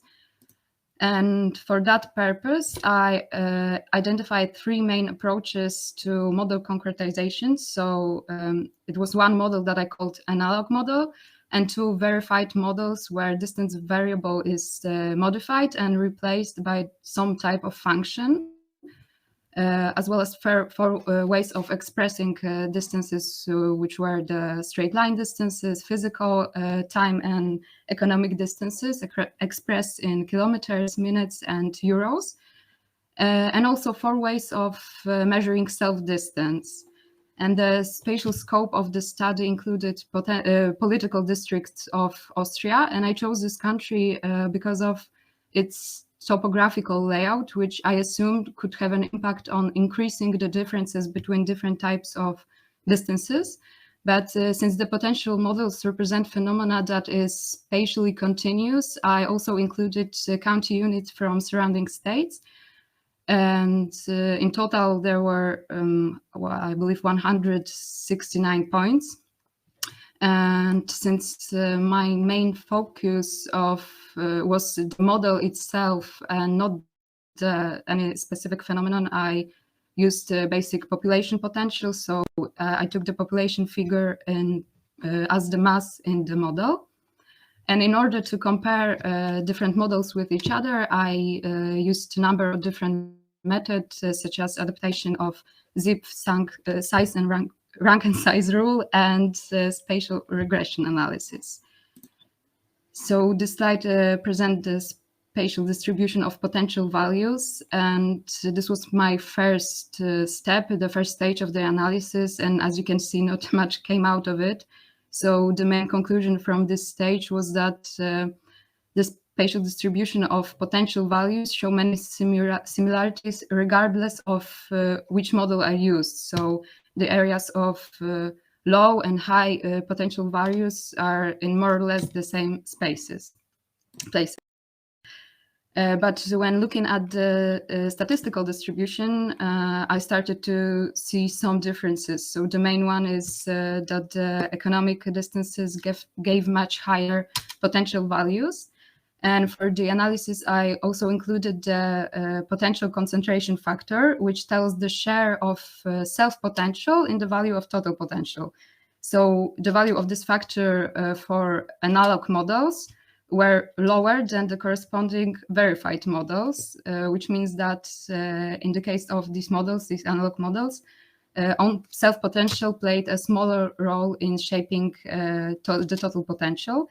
And in addition, in the group of verified models, which also took into account the self-distance equaled 1, I noticed that the values of this factor were close to 1, which means that the value of total potential is almost 100% due to the self-potential of an individual point, individual center, which then means that the potential values are basically almost equal to the mass. So to some extent, this ruled out the usefulness of these models. In this step, I was looking for high values of the exponent. By high, I mean close to or even higher than 1. And values higher than 1 indicate a concentrating force, which is consistent with the definition of potential itself, potential model. And high values of exponent characterized a group of verified models, but based only on straight line, physical, and time distances. And on the other hand, values of the exponent were low for the analog models and for the most of the models based on economic distances. And for these models, the potential values of large and leading centers remain essentially unchanged, but the values of small centers were overestimated. So this resulted in a certain smoothing of potential values and a reduction of points characterized by low values in favor of average values. So in the result, the differences between small and large units decreased. So we can see that on the slide that these values are kind of flattened. And yeah, I use spatial regression analysis to determine the explanatory power of individual models as measures of socioeconomic development. So I compared obtained potential values to the average income of local government units per capita. And I used a spatial error model, and then analysis was based on the log likelihood, Akaike, and Schwartz criterion. And I added ranks to those fit measures, which were then averaged, and that's how the model are ordered. Unfortunately, I wasn't able to fit all 48 different models on this slide. But the 16 best fitting models belong to the verified group and included self-distance other than 1. And within this group, 8 best fitting models were based on straight line or physical distances. And the worst fit was characterized by 3 types of groups. So first group was models based on economic distances. The second group was a combination of verified models with an application of self-distance equal to 1. And the third group was analog models and application of self-distance other than 1. So the last groups during the course of the analysis were always characterized as the worst fitted or least useful. So by excluding them from the compilation of all the models, I was able to sort out some facts. So I will was left with 28 models. And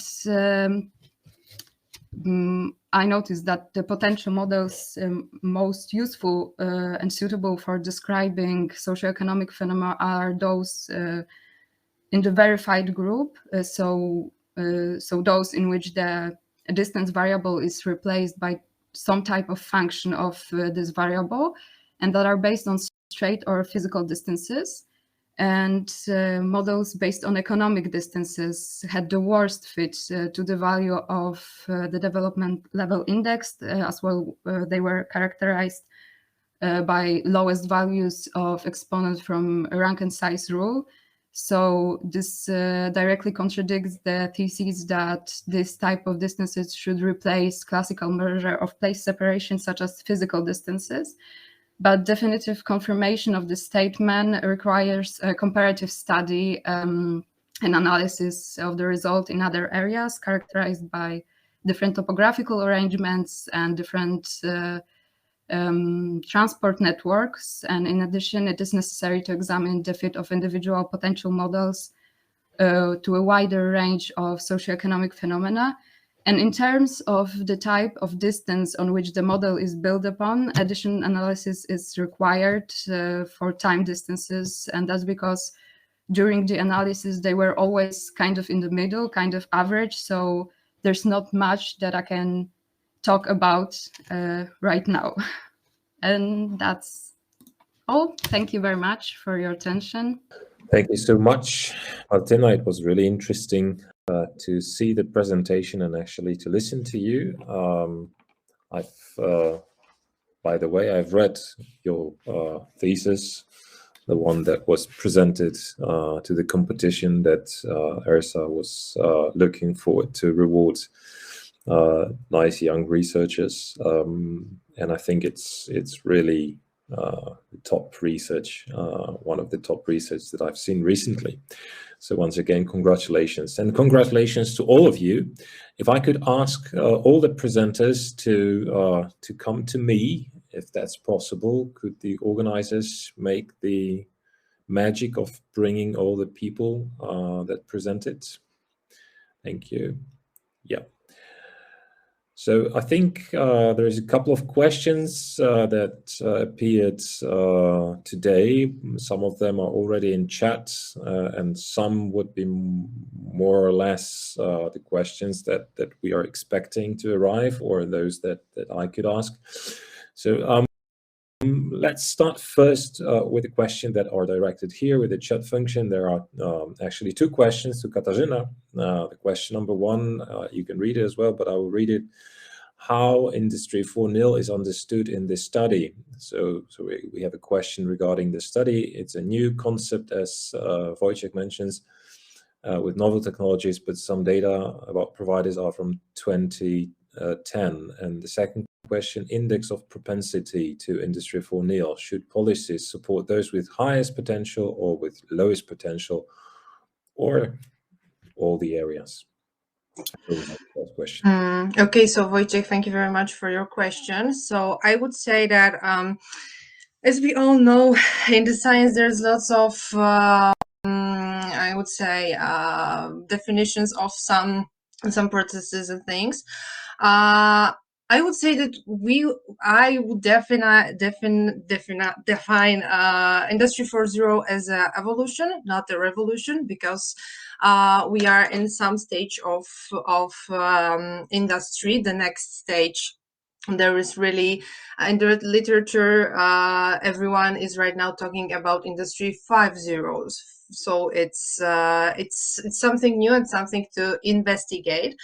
And if we're talking about the process, how we create the database and stuff, so and how we took all those companies together. So I would say that we identified all the companies who are making solutions for the industry. And based on PKD codes, we made an index about how those digital companies are showing themselves in powiats in 2010 and 2020. And as this process is really complicated and has lots of steps, I would say on this chat link to the article that me and my team created a few weeks ago, a few months ago, let's say, and we are writing about our methodology, really everything, every step, so you could just read it. And the second question, I would say that Industry 4.0 is really very much heterogeneous, so you can support every types of the technologies, for example, but in my opinion, the greatest effects are supporting not these the strongest and not these who are the smaller, but those who are in the middle, because there is something, and it has a chance to create something more. So it's really important to give lots of attention for those, because they are having some kind of bigger potential than, for example, those who are not in this stadium. And what is more important for me, for example, is that the competences of the future should be developed in every little municipality in Poland, because soon we would see if those who are right now in small would be medium, and maybe someday they would be large. So thank you very much. Yes, thank you. And yes, indeed, we still have a response from Wojciech. So yes, I would say very nice answer for all of us. Since we have no further questions, and thank you for sharing the paper, you can get it from the chat. All the participants can get it from the chat as well. I would like now to refer to you as presenters, and probably to get some more inspirations with you for future research, and also to get to know a bit more about what you've done. It's always, 15 minutes. It's really dense, it's squeezed, so it's not always possible to talk about everything. And I'm sure that you're eager to tell more. So let me go one by one and probably ask one question, and then if we have time, we can go for another round. Let me start with Thomas. It's really an impressive database that you've been handling, really. Yeah. And I think it takes time to make it really work for the research. Do you think, because once you started to present, I think I probably haven't noticed, and the name of the company does not tell a lot to me. So what is the company selling, actually? That would be the very basic question. And do you think that the results that you achieved are somehow, let's say, by intuition, related to the business offer? Would it be somehow, the context of what are people into, what they buy? Is it something relevant? Would it be interesting to sort of think about it when researching?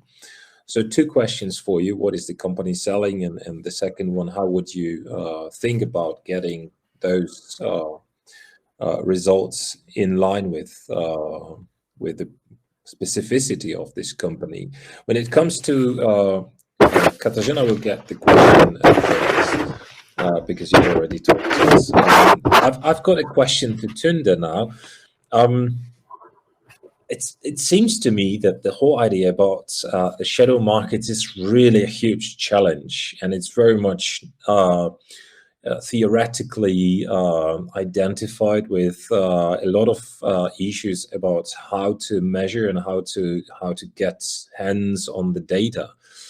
So do you think, and again, maybe I've missed something, but is there any kind of database that we could use for this issue, or simply?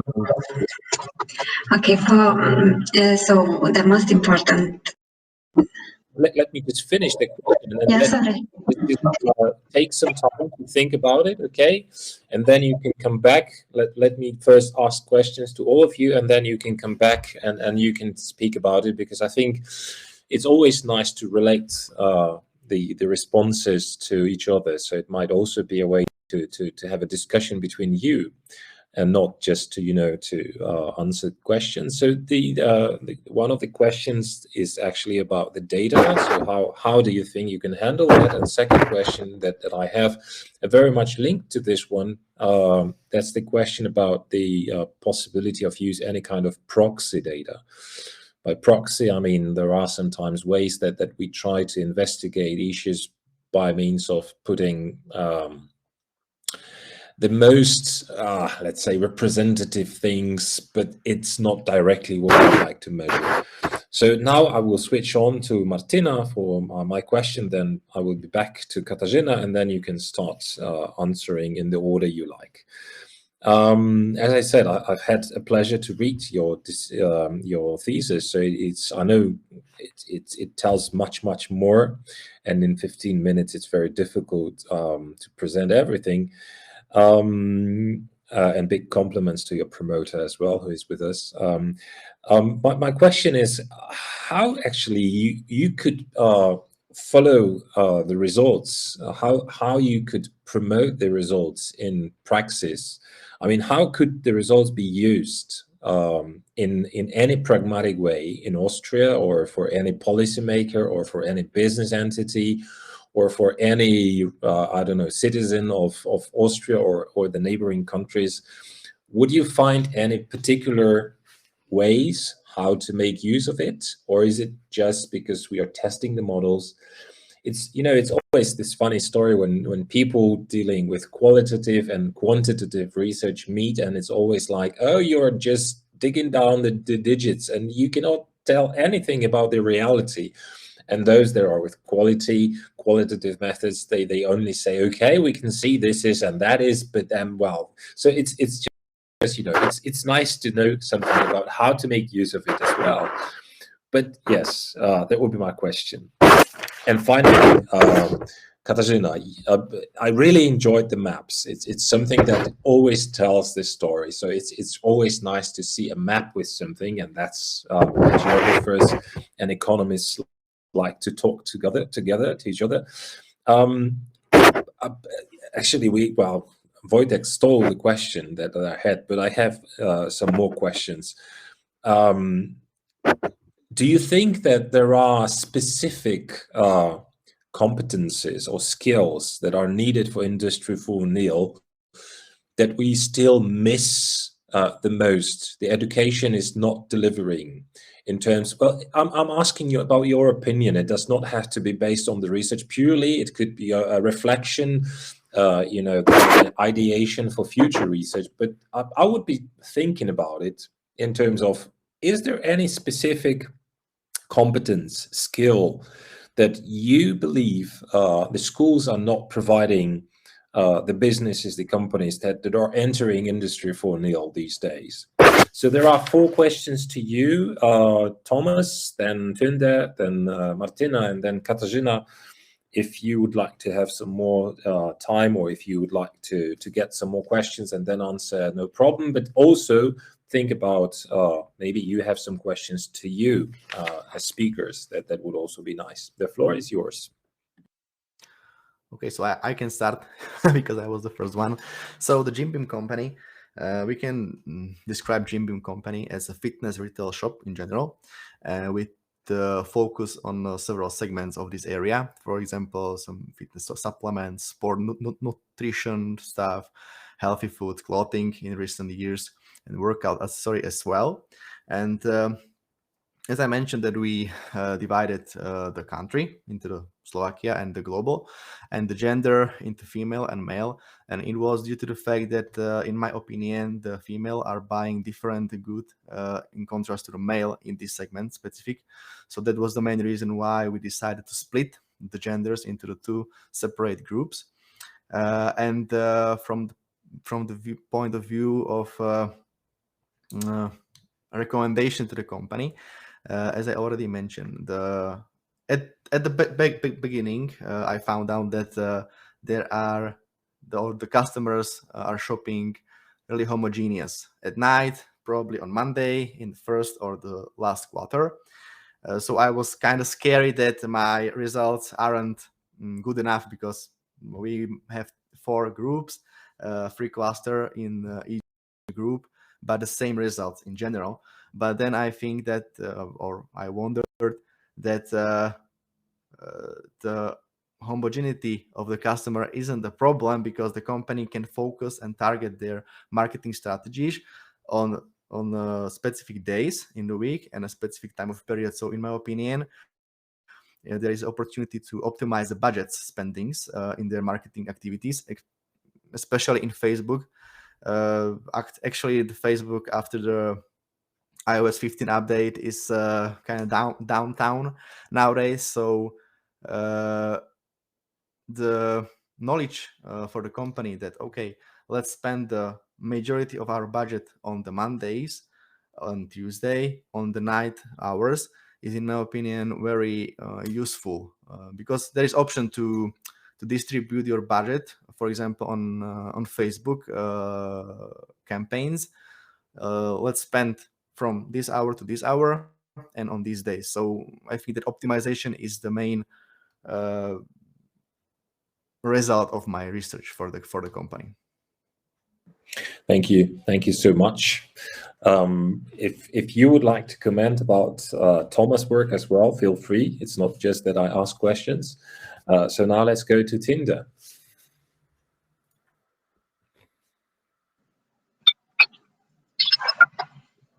Okay. Well, first of all, I think Thomas did a beautiful presentation, of course. And about these questions, Economist Index is used by statisticians for GDP data with proxy-like parameters. It's not real proxy, but proxy-like parameters to solve the shadow market problems. But they have problems with the global optima because they think they need a global optima concept. And this is new for the theory side, where the global optima is not really needed. And we don't think it's important, but the method, Economist method, can be used. So the data, we have some data about used goods, because used goods can be seen as shadow market. And you can have used goods data with web scraping from Jófogás or Patera or something, the prices, but we need to know if it's by someone, and in Jófogás we can see if it's by in the price. So we have a shadow market data from there, and of course we can use data with the questioning persons, and this is the aspect with the German pubs, because we can go there and see the price level in this week and the second week and third week, and we write down, and here we have a small data set, but we can calculate the general aspects. So I think this is an option. Okay, thank you. Thank you so much. Would it be possible to think about any kind of local data from, I don't know, from Hungary or from Slovak Republic or from Poland that you think is working? Of course, because here we have some towns, and of course we can see and we can try to have local data and in the internet from Jófogás, and we have got Róbcsere. It's a bartering site, because we don't have values. We can just write, I want to change my pulley to a rock, and here we have the barter. So I think we can use the internet because it's local, but not really local, because we need to know the local aspect, because I am not going to change my rock for a bully if I'm in Budapest and he is Tatabánya, but only if we are in Budapest, so it's a local part, but we can use these data. Okay. All right. Many thanks for your reply. Martina, how about the pragmatic aspect of your research? Yes, so potential models are, I think, one of the most widely used accessibility measures. So both the measures of accessibility of transport accessibility, as well as accessibility of selected goods or services. So my focus was on the method. So when looking through the literature, I just never found the answer why somebody uses certain type of distance, or why somebody uses certain type of model. So I wanted to find answer to that. And yeah, I think I wanted to go back to the basics, and now it can be used in further research. Yeah. So do you think any of the results could be used by, I don't know, a company that is trying to estimate the area where to sell the goods, because the distance, like you said, matters, which is, I don't know. I'm not sure, to All right. be honest. Yeah. I mean, I think it's possible, but yeah, I don't know. That's a good question. Okay, good. Well, it tells sometimes we have this type of strange questions when we don't know, and it's good to think about it in terms of, well, would it be possible or not? But thank you. Yes, indeed. So, Katarzyna. Okay, so I would start with a concept that I've heard during my interview in Wałbrzych with Kids Tech. They told me that there is a concept of digital natives and digital migrants. Digital natives are, for example, children who were born after 2001, 2, 3, and you know, all the stuff. Our parents, our grandparents are digital migrants. We are not talking the language of those natives because we are learning it. They born, if we're talking about digital natives, they were born with all this ability, you know, to take the phone and do some stuff on it, yeah, because it was normal for them, and we learned it just during our life. And I would answer for your question basing on those government program laboratories of the future, because I spoke to some teachers about those programs, and they told me which problems are this program giving to them during teaching in school. Because first of all, the elder generation are scared of technology, yeah, because we are migrants, we are not native, we are not natives. So the teachers, the government didn't give the teachers ability to take some trainings before giving those program to the schools. They just said them, we are giving you money, you can buy some 3D printers, some other stuff, and that's all. They didn't have any trainings. They didn't know how to use those things in the schools. So the result is that these things are just staying in school. Kids are boring, and kids are bored of this, that they are not doing with it, or you know, the process of, I don't know, printing is so long that they doesn't have anything to do, so it's nothing interesting. And as I heard about it, how does it look in other schools, for example, teachers don't use this technology during the lessons. For example, during the geography, during the Polish lessons or maths or something like that. They are organizing for children these lessons about, I don't know, robotics, automatics after school, or just on Saturdays. Children are having, for example, 6 hours on Saturday lessons about robotics. It doesn't make any sense for me, because we have to use those technology during the lessons, like we are using, I don't know,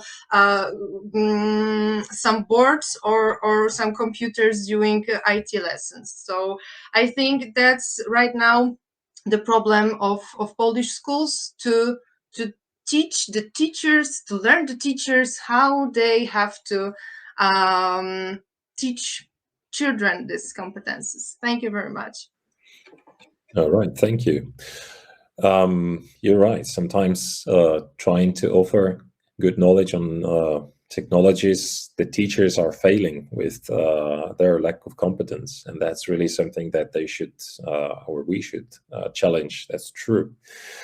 I will come back to this pedagogical aspects at the very end. Let me just ask you as the speakers, if you have any questions to yourself. We still have around 10 minutes.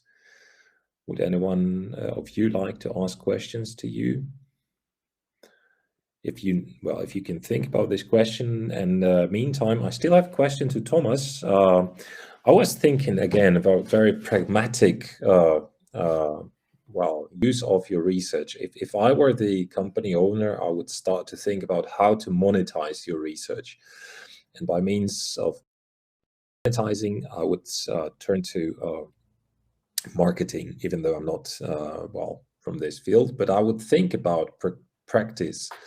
So is it possible to think about any solutions for marketing the products, marketing the services of the company based on your results? Would you think of, I don't know, either further researching or trying to put some recommendations? Not yet. As I mentioned, we are already working with the company with a more further and in-depth analysis. We got each order. We got the data where each order has attributes from 0 to 25 attributes, which describe the entire goods in this order. So we will try to make some categories of the order, and the result should be, okay, you got a male who is shopping on Monday at night, and is shopping the good 1, the good with the good 7, and the good 4, and is not shopping the good 2nd with the good 18. And this should be the more in-depth result for the company. And maybe from the monetization point of view, the marketing is the one side, and not really marketing, but the targeting and targeting times and targeting hours and days. But also, in my opinion, when you know when and what is customer buying, you can improve also your logistics and the cost field of your company, because you know that I will say just example that good 15 is selling in the 3rd quarter. You should be prepared to sell it not only, but the main warehouse should be prepared for the 3rd quarter, so you can your cash flow can be dividing into a specific time field with a specific good. So maybe from this point of view, the monetization of my research has a meaning. Yes, perfect. I mean, indeed, if I were to define the business model for the company, I would certainly look for how the relations are built, as you said, and whether it's really fitting to my needs, and whether I can do anything about it to be closer to the targets, closer to the customers by means of maybe informing, like you said, marketing the products, and definitely the other side, as you mentioned, very important one of the business model, which is talking about how to make sure that the products does not cost a lot because, well, they need storage, they need some kind of logistics as well, as you say. So yes, I'm really looking forward to this research. I mean, when you start digging into that, that will become probably also something like possibility to build some cases based on that. And I think it will be very, very interesting, very worth reading. If you publish that, of course, because it might be of course I will. because it might be that it's just for the business and not for the public. So if that's something that that can be done, why not? Yes, I still have a question.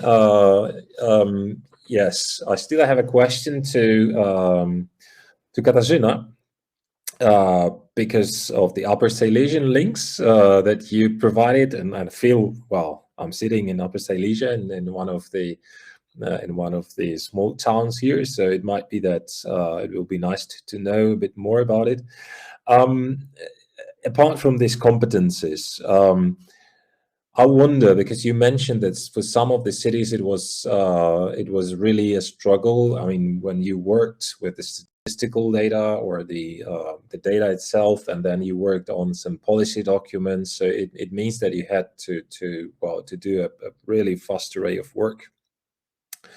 But is it actually difficult for the researchers that are just starting in Industry 4.0? Is it difficult to obtain data on Industry 4.0 like you did? Is it, for sure, it's time consuming, but is it difficult?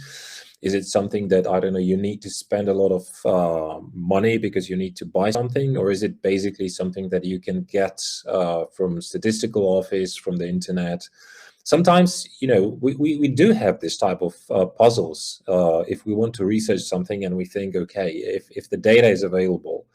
So that's one of those competences, data pursuit, that is, I believe, very much necessary for students to learn these days. And sometimes I believe we don't follow this pattern. It's very naive to think that the data is there, but you have to think about it, you have to pursue it.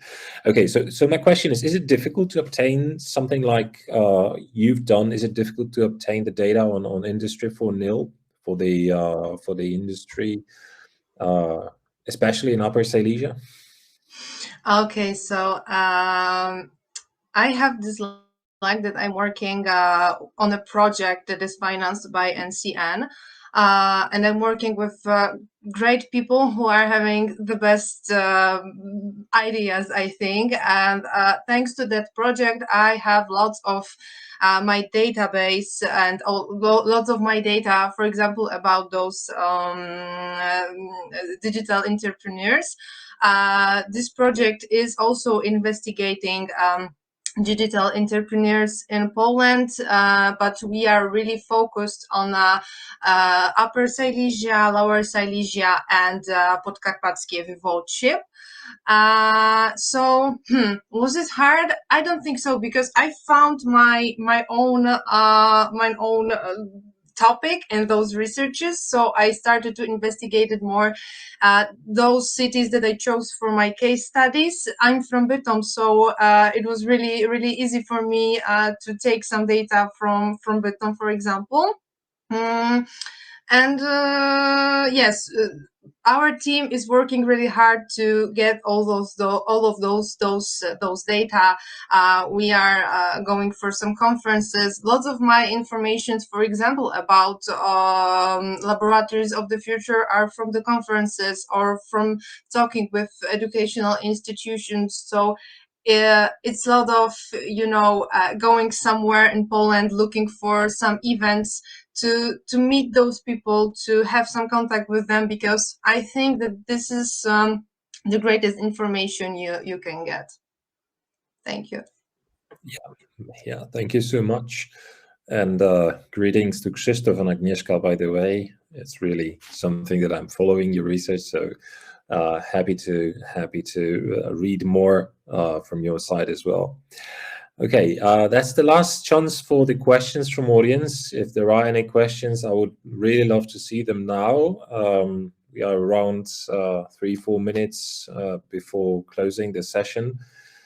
Maybe you have some questions that you would like to ask to yourself. I mean, maybe, I don't know, Tinder or Thomas, maybe you have any questions that you would like to ask.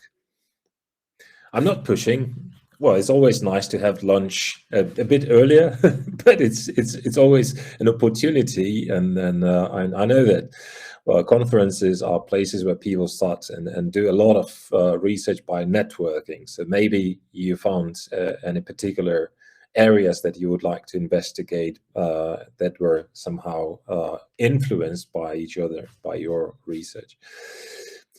Okay, if we see no other questions, that means that I would really love to thank you. I want to thank all the presenters.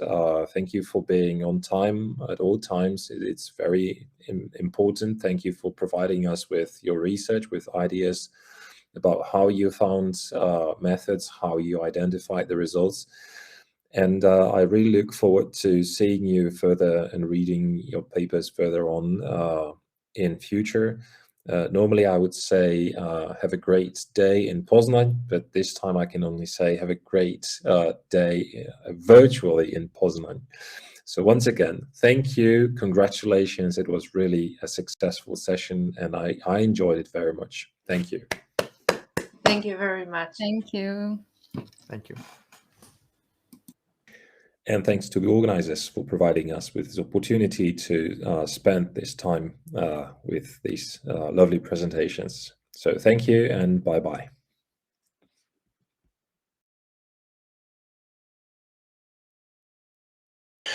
Good afternoon, everyone. I hope we can start our session because we're a bit tired. We have 5 presentations and we have 90 minutes only. So I don't know if you hear me or I'm talking to myself. I'm not sure about that anymore. So if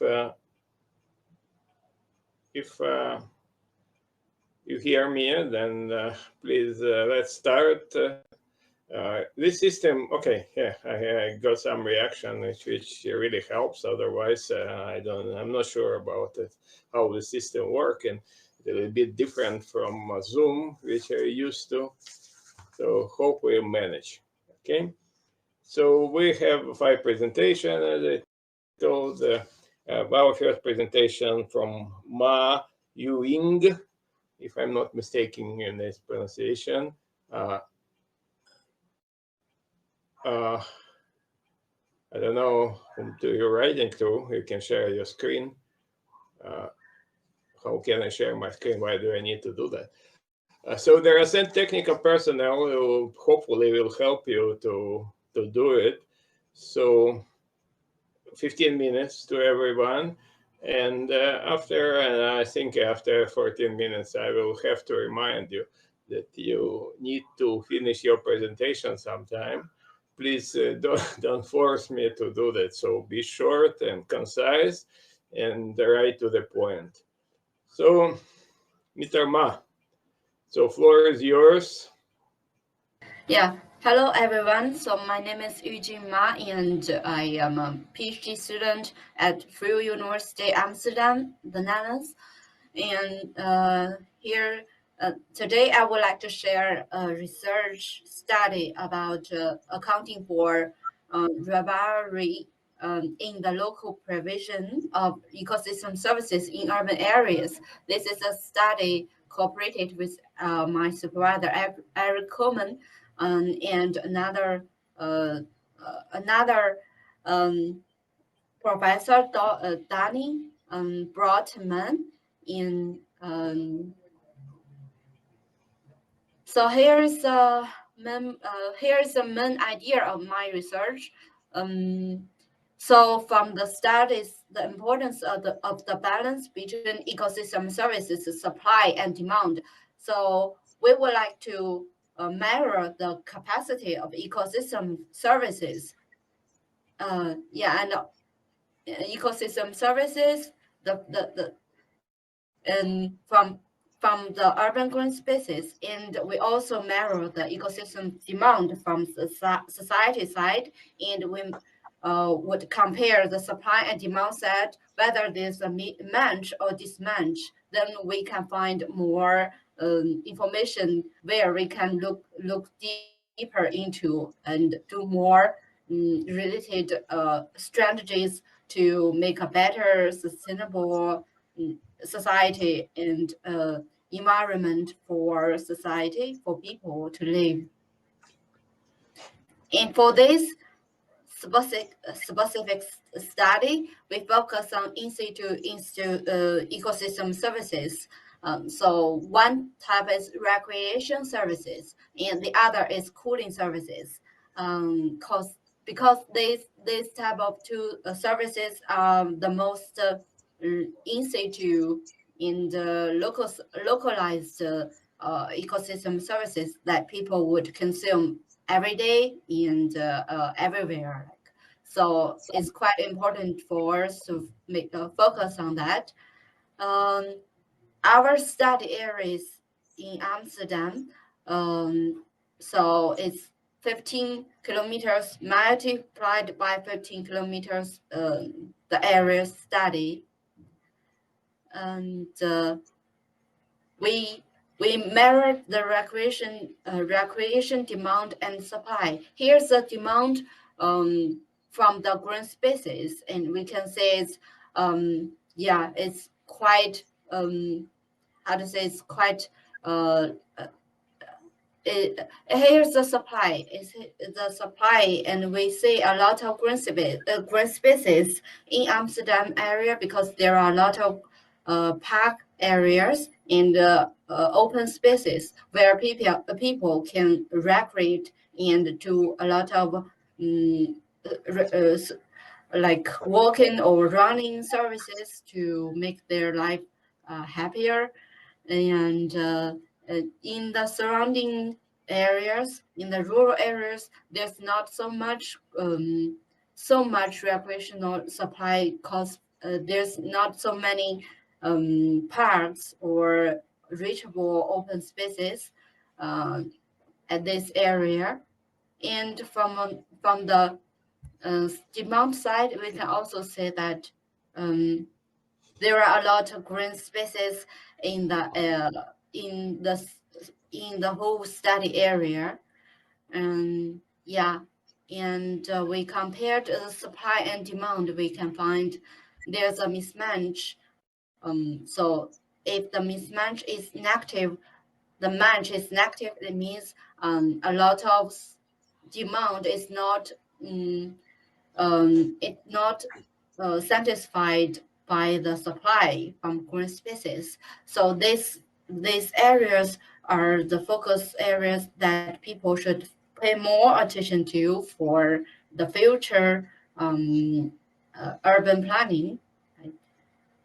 And for our cooling services, we also made the similar patterns, like using the urban heat island effect to measure how much degree would the green spaces supply to cool down the urban heat island in our study area. And we found that especially in the city center, the cooling service supply is pretty low, and in the rural areas is quite high. And here is the cooling demand from people. The demand is actually negative of the urban heat island effect, because urban heat island effect can have some negative impact, like the heating related mortality. So people really hope that we can mitigate the urban heat island effect as much as possible. So that is our demand we counting into our research. So in the urban center, there's the highest cooling demand for people, and in rural areas the demand is not that high. After comparison, we find that the cooling service demand and supply match is quite a mismatch in the urban center, and in rural areas not that high, so it's not that severe, the condition. And we also made a comparison of the demand supply by rural urban gradient and period. So the dot line is it's a recreation service managed in 2000, and this line is the recreation managed in 2015. So there are 15 years in between, and we found that after 15 years, there's quite a little bit of a drop of the recreation match of Amsterdam. And also from so here is the distance from urban center and one means that it is much close to urban center, and 15 is quite far away from urban center. And we find that it's with the distance to urban center goes further, we find it's quite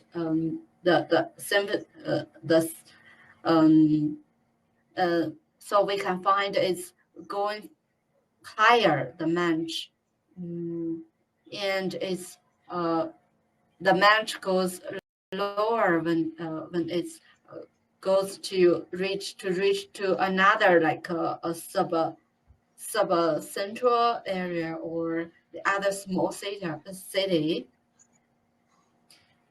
And this is the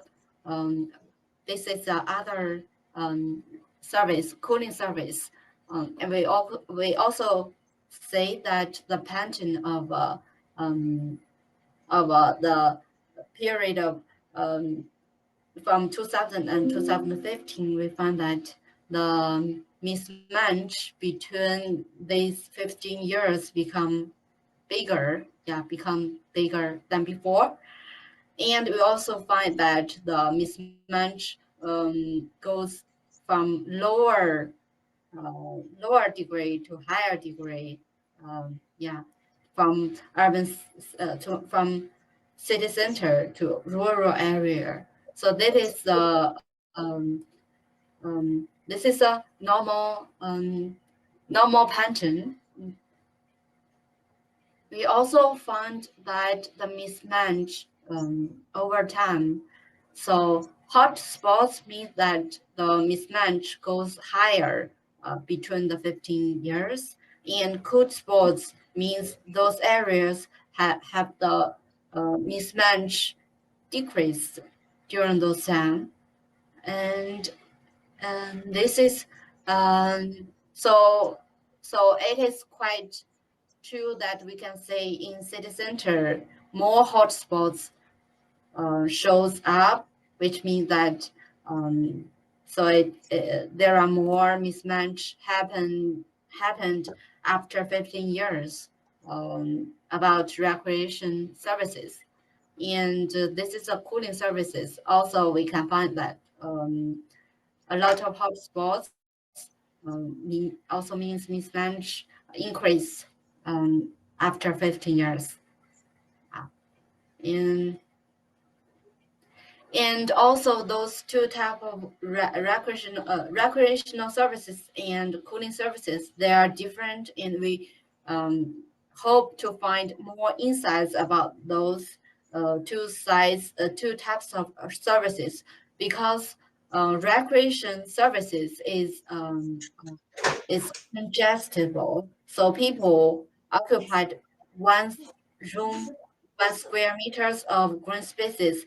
Other people may feel crowded and consume less recreation services. But cooling services it doesn't matter how many people will use it, because when one people enjoys it, other people can still enjoy it and without any infection. So those type of services are still have some differences that we want to look into details in this study later. Yeah, and this is my presentation, and Thanks for all your attention. And if you have questions or suggestions, please do not hesitate to ask. Thanks. Thank you, Eugene, for an interesting presentation. We have 3 minutes, about 3 minutes to ask questions. So I presume that the system works, so you can ask directly, or you can type something for me and I will read to everyone. Please, how did you collect the data regarding cooling demand? That was the one question I received. How did you collect data regarding cooling demand? Cooling demand is based on data sets about the urban heat island effect. So I measured it by calculate the urban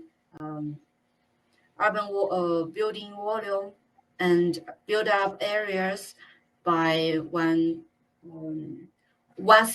so it is a study based on another study, which has been studied by Dr. Eric Coleman. He has a formula that can measure the how urban volumes and build-up areas can affect the urban heat island effect. Basically, it's not your study. You are using something. Okay, another from Maita Sila. Eugene, thank you for your presentation. Have you observed any relationship between distance to the city center and the demand increase? So distance to the city center and the demand increase, I think is basically because of the population increased, population density increased from Did you see any relationship after all? So some gradient of dropping demand as a function of distance from the city center, or you didn't see anything like that? One small comment, and we move to another presentation. Eugene, thank you for this. My suggestion, maybe it's not a question, basically, you was very detailed regarding the results, but I still have several questions about methodology. I'm not really like other people, judging by the questions. I had a problem to understand how you collect data, how you process data. Before you present your results, maybe consider this suggestion for your future work. You need to put more attention on explaining your methodology. Otherwise, it raises questions which are not really necessary. Okay, you understand what I mean? Because it's the same. What Marta asked. It's more or less what I wanted to ask. I want to understand more how you collect data on demand, how collect data on supply. What do you understand by ecosystem services? It was not really explained. So in the future research, please try to give more attention to the specific issues. Otherwise, you will be asking asked the same question over and over again. So Eugene, thank you very much for your presentation and interesting comments. We're moving to another presentation because we don't have really much time left. We had this presentation by Marta Kubaska, Italy versus Poland, the comparative analysis of planning system attitude towards adaptation to climate changes and green infrastructure. Yes, please, Marta, the floor is yours, 15 minutes. If you want to have questions, 3 minutes will be given. Okay, perfectly. Good afternoon for everyone. Thank you. I am very glad that I can share with you our results about a comparative analysis of planning system attitudes towards adaptation to climate changes and green infrastructures. I was preparing this presentation with my colleagues from University of Sassari in Sardinia. They developed these methods which I used to and tested in my region. So first, the study area covers two regions: autonomous region of Sardinia and Wielkopolska region, which have a very similar area. Poland and Italy belong to the European Union, and for this reason, both countries are obligated to implement the provision of European law. spatial planning evolution is currently characterized by several driving. Sorry, Boris, could you switch off your microphone? I don't hear myself. Okay, I can turn it off. I don't know. I produce it. Yeah, now it's much better. So spatial planning evolution is currently characterized by by several driving issues. While the implementation of European Landscape Convention requires the modification of theoretical and practical frameworks, continental countries deal with two big specific concerns. The first is the adaptation to climate changes, which steering innovation of spatial planning and management with the continuous calls for the necessity to prepare properly to tackle several climatic events. And the second is the management of green infrastructure, which are conceived as a coordinate network of green areas with the precise purpose of delivering as many ecosystem services as possible. So, so adaptation to climate changes is led by efficient and ready spatial planning system and effective green infrastructure in a lot of senses, help realizing many objectives connected to the strengthening of local lands.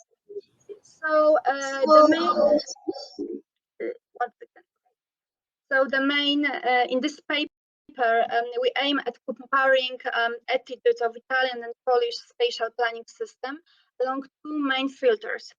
According to the first, we will be describing general commonalities and the differences between the two spatial planning frameworks with the focus on the institutional premises. And with the respect to the second filter, we will be delving into the implementation of two concerns: climate change and green infrastructure planning and management. So first, I would like to say a little bit about the organization of spatial planning system in Italy and Poland. The tradition of Italian law has determined a planning system largely based on the so-called command and control scheme, according to which the regulatory apparatus requires a top-down approach. So the Italian urban planning law could be considered as one of the most innovative when it was enacted, as it introduced multi-level planning and urban development plans extended to entire municipal and limited the building activities of municipalities lacking urban development plans. So the Italian urban planning system, planning law of 1942 was never repealed or replaced, and it's still in force. In the case of the Polish spatial planning system, the system has changed over the centuries, especially after the fall of socialism. Previously, the system, like other one in this part of Europe, was based on centralization.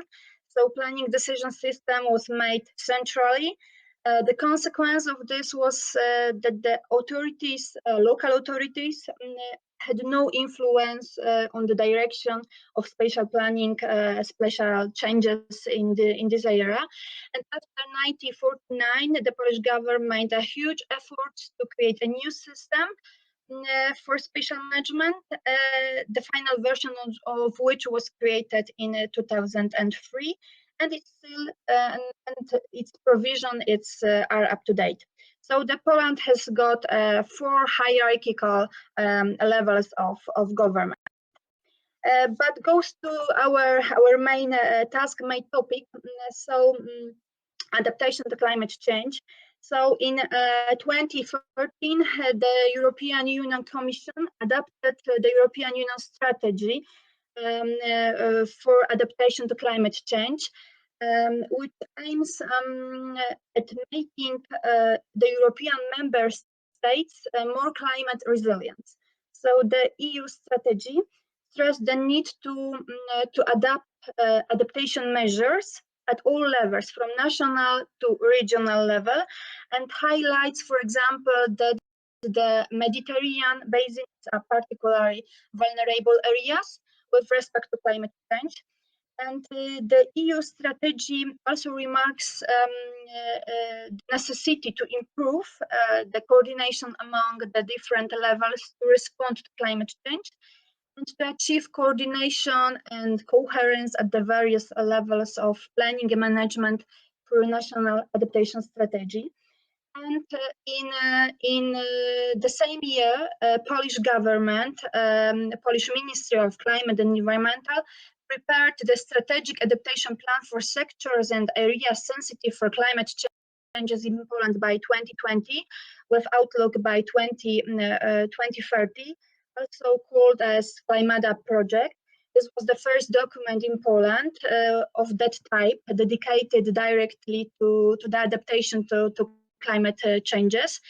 In 2015, the Italian Ministry of Environment and Protection of Land and Sea adopted the National Climate Change Adaptation Strategy. And in 2019, the autonomous region of Sardinia adopted the regional strategy for adaptation to climate change, which has paved the way for making the region more resilient to extreme weather events. And to this day, Wielkopolska region has not developed strategy for climate change, strategy to adaptation for adaptation to climate change. So to assess adaptation to climate change, we analyzed a set of strategic documents at the regional level. We performed a document analysis according to following steps. The first was the collection of the strategic regional plans related to spatial planning and presenting the relevant connection between sectoral issues and adaptation to climate change. And the second was the document analysis by using specific criteria in order to assess if and to what extent adaptation to climate change concepts have been included in regional plans. So the criteria used to scrutinize the plans was three. The first was the reference to adaptation strategies. So we assessed whether the plans refer to national, European or international adaptation strategy. The second belongs to inclusion of explicit and implicit adaptation measures. The plans contain explicit adaptation measures specifically defined in response to climate change, or implicit measures which have not been defined as a response to climate change, but they are useful for adaptation. And the last was the identification of responsible bodies for implementing explicit adaptation measures. In our opinion, this is a very important issue, because the clear responsibility about the design and implementation of adaptation measures might be important factor, since each node of the administrative network should be known and alerted if they need it. Sorry.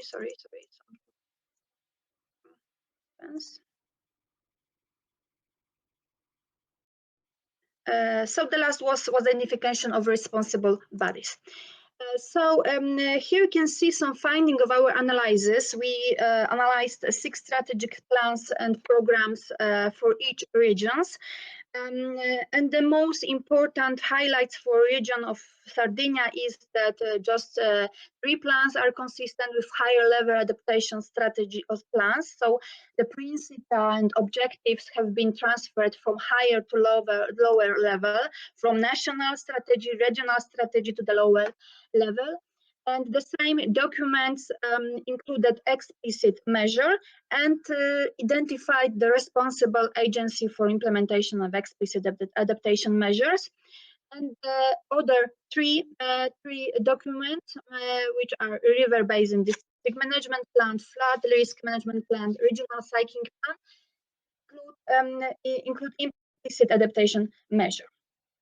And for the case of the Wielkopolska region, we also assessment and analyzed 6 documents, which are development strategy, spatial development plans, environmental protection program, landscape audit, public transport plan, air protection plan.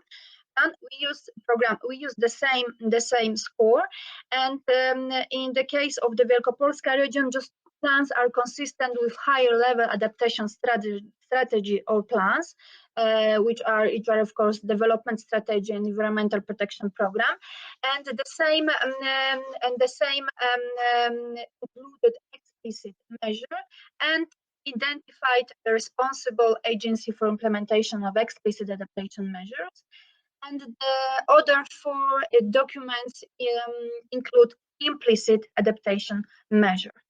So just to show some conclusion for the first part of our assessment, well, the methods proposed and applied in the study highlights whether some key adaptation issues are included in the plans and might make aware planners and policymakers of basic information concerning the interplay regional planning versus adaptation to climate change. Of course, especially in the case of Wielkopolska region, we have very new program, very new documents. You can see that the year of development of this strategy is quite new. This is only 2-3 years. Excuse me, I have 3 minutes. Okay, 3 minutes. Yes, okay. So I am going to the second part of our analysis. So we are focused on the integration of green infrastructure concepts in regional plans and programs, and proposed as well as applied a complex index to do so. Here is some criteria which we were used to develop complex index of green infrastructure integration. The most important is that the criteria used to calculate this index can be classified into 2 main groups: explicit measures, which specifically define green infrastructure integration into spatial planning, and the implicit measure, which have not been defined as a responsible to green infrastructure implementation, but they are useful for this reason. And here you can see some scoring system. We have some 5-point scale to assess each of documents. And also we use some simple weights to distinguish the importance of the main criteria, explicit and implicit, you can see here. And some findings. Here you can see the set of analyzed documents for the Sardinia as well for the Wielkopolska region, and some results.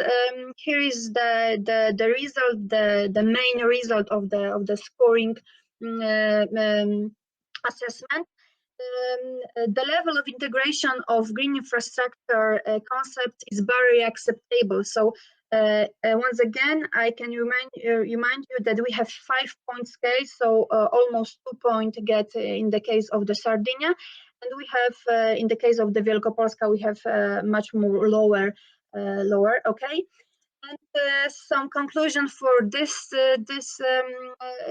part. So, in our opinion, it is possible to construct a qualitative assessment method for assessing the level of integration of green infrastructure, especially in the Italian as well as in Poland case. The inclusion of green infrastructure is minimal. So we can need to put more attention to update all documents and to put the most important things into these documents. So some summary, very fast. Our results demonstrate that institutional and historical feature matters. So the evolution of spatial planning is driven by power, organization, and citizens representation. Secondly, our results proved that the pattern of adaptation to climate change and green infrastructure differ because of regional spatial planning tradition and maturity. So thank you for your attention. Sorry for the for this. It was on time. Everything is fine. I just warned that you need to finish sometime. Thank you, Marta. Can you please explain me your logic of selecting case studies for your research? Because one case study is a big country with 40 million people, Poland, and with many regions, of course. Regions are different. And the second case study is a very small island in Italy, which is a small region with population of less than 2 million people. Why do you select, actually Sardinia, very difficult to see, only people who knows where it is. It's a small island and probably western part of Italy, outside the coast. So 2 million people, land area of 24,000 square kilometers is probably hardly 1% of Poland's land area. So please explain the reason for selecting these two case studies and your assumption, most important, why you believe these case studies can be compared. We testify the method, so we just want to see how the method works in different region. Because I was in Italy, in Sardinia. I have some short works there. So I just want to check if they method works in to assess our spatial management system in Poland. And this method it works because it's very simple to assess. We do not compare the region, the different kind of economy and so on. We just want to test the method. It's very important to avoid the normal in science, the apple and orange, you know what I mean, comparison. When you compare things which is difficult to compare, even for test case. So please consider. And another thing, maybe I misunderstood your presentation, but I believe that you use some documents as a measure of preparing for climate change. So did you analyze only the documents or analyze actual actions? Because there may be a huge gap between actual actions of regions, of countries, and something which they write in their preparation plans. What was your assessment based on? Actions or intentions? We all, but the intention was the most important things. Okay. Yeah. So yeah, we can see that. It was a quite exact answer. So we're moving to our third presentation, right? Thank you very much, Marta, for interesting and exact answering. So, well, the presentation, wow, it's mine. But I will not do it, of course. It's done by Nahum Cabinet. I see he is ready. So all the same rules which apply to everyone else apply to you, Nahum. And also 15 minutes. If you want question, he knows already everything. My name is Nahum Gabinet. I'm an environmental researcher, as Boris presented. And I'm excited to share with you today our work on the impact of artificial light at night, Alan, and noise on sleep in urban areas. And I will go fast as I can to keep with the time.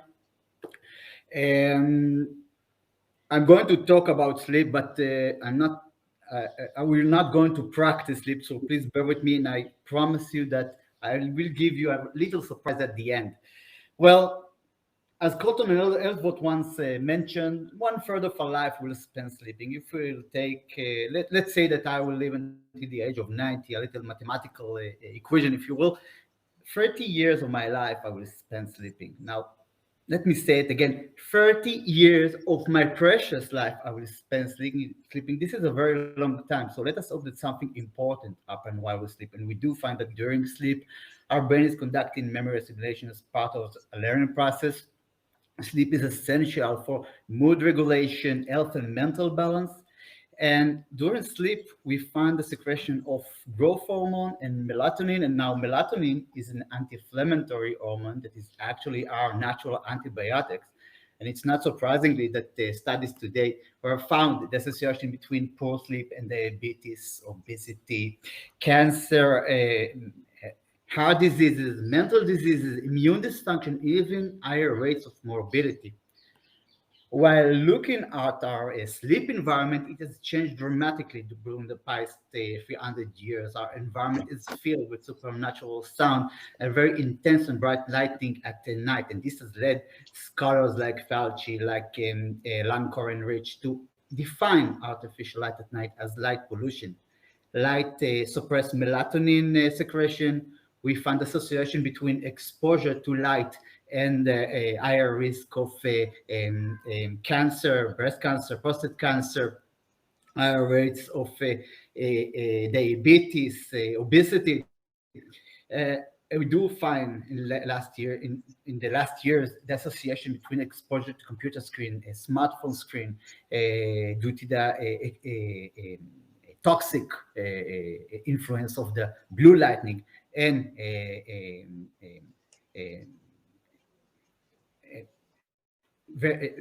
affects sleep very crucial. Affect sleep. Well, I'm a clear.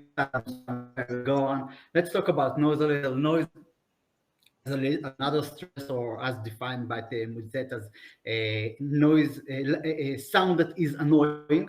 Actually, every sound may become noise, and it's associated with higher rates of noradrenaline, cortisol, that are stress hormone. We found association between noise and higher rates of heart diseases, mental diseases, and even reduced cognition.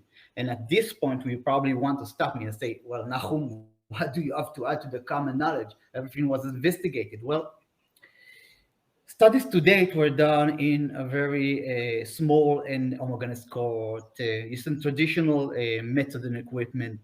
They were done in a controlled laboratory environment, and none of the studies to date have investigated the combined effect of Alan and noise on sleep. And this is exactly what we set up to do. In the base of our study are two basic assumptions. The first one is that Alan and noise will significantly reduce sleep duration and sleep quality. And the second hypothesis is that they will interact with their effect on sleep. The study is an ecological study. It contains three main data sources. The first is the Social Survey of Israel.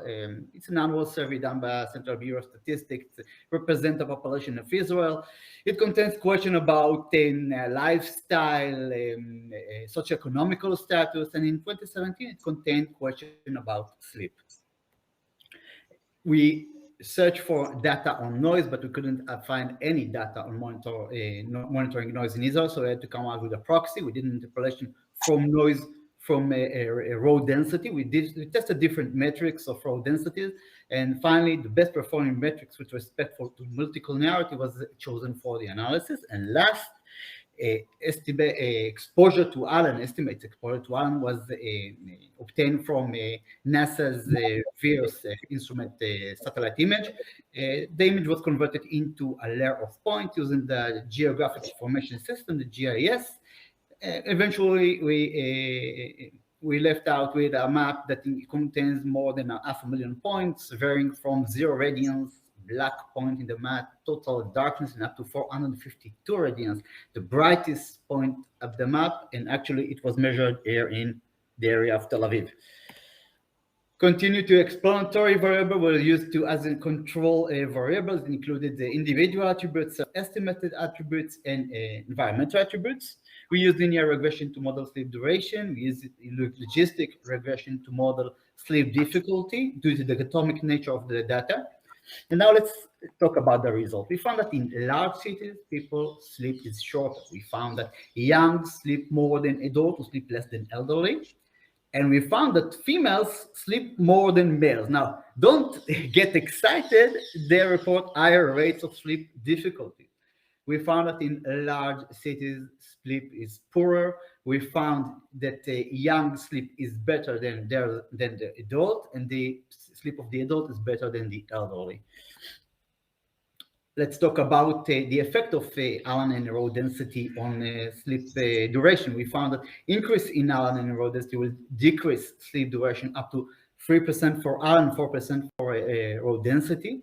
It is 12 and 18 minutes respectively. while looking at the sleep difficulty, we found that the same increase in Alan and row density will result in an increase in reported sleep difficulty up to 11.1% for Alan and 3.5% for row density. Well, before I will get and explain the result of this chart, I would like to explain the chart itself. We see a factor affecting sleep difficulties, and the factors are increase in Alan in two groups of row density. We actually took the row density, split it by the mean to two groups, low row density group and high row density group. The blue is the low, the high is the orange. Now let us focus on all the blue bars. Increase in Alan in the low row density group will result in a decrease in reported sleep. 3 minutes. Sorry, Nahum, we have 3 minutes to finish. 3 minutes, okay. Sorry. This is actually improving sleep. While moving to the high row density group, we found an increase in reported sleep difficulty. Now, this behavior suggests us that Alan effect is dependent on the level of row density. This is an interaction effect between these two stressors. Moving to the result of the regression models, we found in all models that both Alan and row density were found to be negative yet significant predictors for sleep duration. We did a little game of probabilities to understand the intensity of these relations. We found that 1 unit of row density will result in a decrease in 2.2 minutes in sleep duration. 10 radians will result in a decrease of 1.2 minutes in sleep duration. Now let's take these probabilities and throw them into the real world, and these numbers start to build up. When looking at sleep difficulty, let's just start with Alan. It was found to be positive, a significant predictor for sleep difficulty, while noise or row density were found to be negative, surprisingly, a significant predictor for sleep difficulty. This means that the increase in noise actually improves sleep quality. While let us look on these results through the interaction, through the combination of different groups. In the upper table, we see factor affecting sleep duration. The lower table, we see factor affecting sleep difficulty. Let me turn your attention into one particular combination, the combination of high row density with Alan. This combination was found to be positive and marginally significant predictor for sleep duration. The same combination was found to be positive and significant predictor for sleep difficulty, meaning people sleeping more, but their sleep is poorer, and this again suggests an interaction effect. As we conclude, we found that both Alan and noise in real-world conditions will significantly reduce sleep duration, sleep quality. Then we found that these factors actually interact in their effect on sleep. Two more conclusions as we further conclude. This study calls for an act of legislation to restrict the exposure to Alan and noise in urban areas. By enforcing this may be the solution, a technological solution that may include a quiet pavement, quiet tires, the use of acoustic materials in buildings that not only improve the acoustic performance of the indoor, but also improve the thermal performance, thus reducing carbon emission due to more energy efficiency. The use of drivers in late night lighting that not only eliminate the hazardous exposure to the blue lighting, but also reduce the lighting throughout the night, thus again improving energy efficiency and reducing carbon emission to the environment. And last but not least, although we can find some explanation to the interaction that we found, their complexity really calls for further analysis. And as promised, at the end, this is my surprise, a little spoiler, if you will. We did exactly that. We went on and did a follow-up study of volunteers, 72 volunteers from 34 localities in Israel. Participating in the study, they measured their exposure to Alan and noise using their smartphone. They measured their sleep metrics using their smartwatches. Now, to make a long story short, let's talk about the three main results from this study. The first is that Alan and noise amplify each other. The second, we were able to build the gradient of influence between Alan and noise. I'm sorry, I have to interrupt you. I have maybe 20 seconds. So okay. And lastly, the time of exposure was very crucial, meaning light is very dominant during the pre-sleep phase, and noise is the dominant factor during the sleep phase. And last few words, I want to pay my gratitude to Professor Portnoy for his support throughout my PhD, and to send him my best regard for his fast recovery and good health. I would like to pay my gratitude to the organizers of this symposium for the opportunity to present our work, and I would like to thank you all for your listening. And here is your stage for question and comments. Thank you. And we move to our fourth presentation, which should be done by Marta Sila, the role of natural capital in sustainable regional development. Please, Marta, and the floor is yours. So good afternoon. It's a pleasure for me to spend with you 15 minutes on discussing the role of natural capital in sustainable and regional development. I am Marta Sila, and I work in the Institute of Spatial Management in Wrocław in Poland. I would like to start with the sort of a question. So, what is a natural capital? As I find out that this definition is different for many different researchers, as well as conceptual backgrounds. And I collected a couple of definitions from our Polish sort of background, and would like to show you the change of the understanding of natural capital from neoclassical economics, in which they understand there is only non-renewable, renewable, and renewable resources. Then this definition has been evolving, and we can see that more and more sort of elements have been added, like the fact that these are not only renewable and renewable resources, but they also have anthropogenic impacts, and they can be supplemented or not by human-made capital. The other definition is that natural capital can be understood as components or elements of the natural environment. They're necessary for sustaining our life and the functioning of our civilization, including our economy. And then a more new definitions from Polish researchers show that they understand natural capital as the physical elements of the natural environment, but also the ecosystem services that the environment provides. That were also presented by the first presenter, the cooling effect and the recreational potential, for instance. And the last definition shows that we start to look at the natural capital in a systemic way. So these are real and potential resources, but also forces and processes and qualities and structural elements of nature.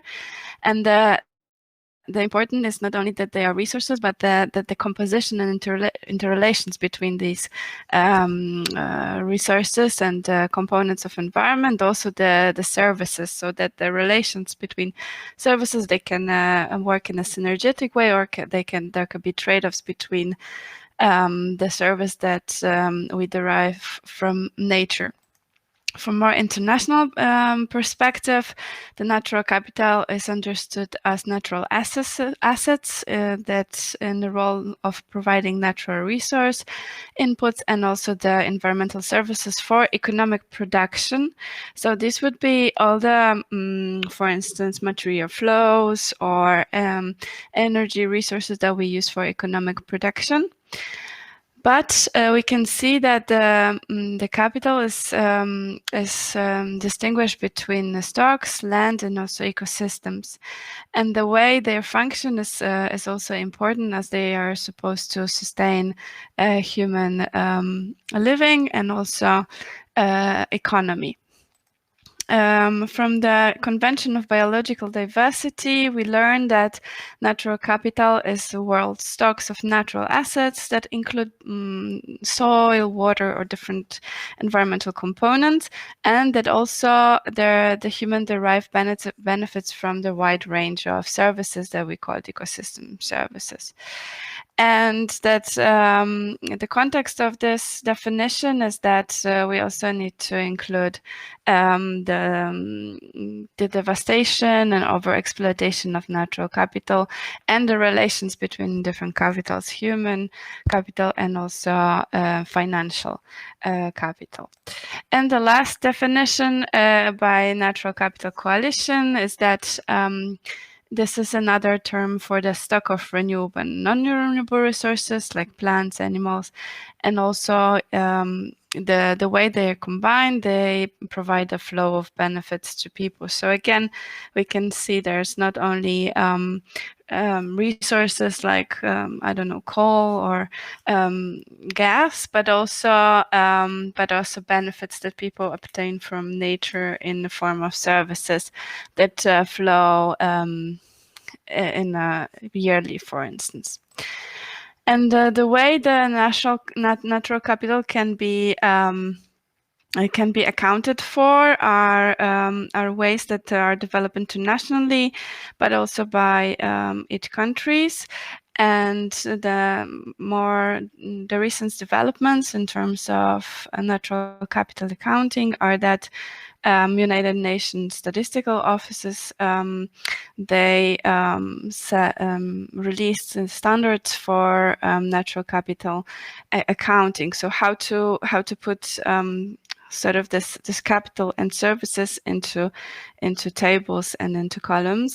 And the first developments from 2012 were that the central framework that included air emissions, material flows, and also environmental taxations. But then the more systematic view is that we should also include the services and the value of these services to economic development, or to at least to compare it to another forms of capital. And this could be in form of stocks and flows and changes in degradation.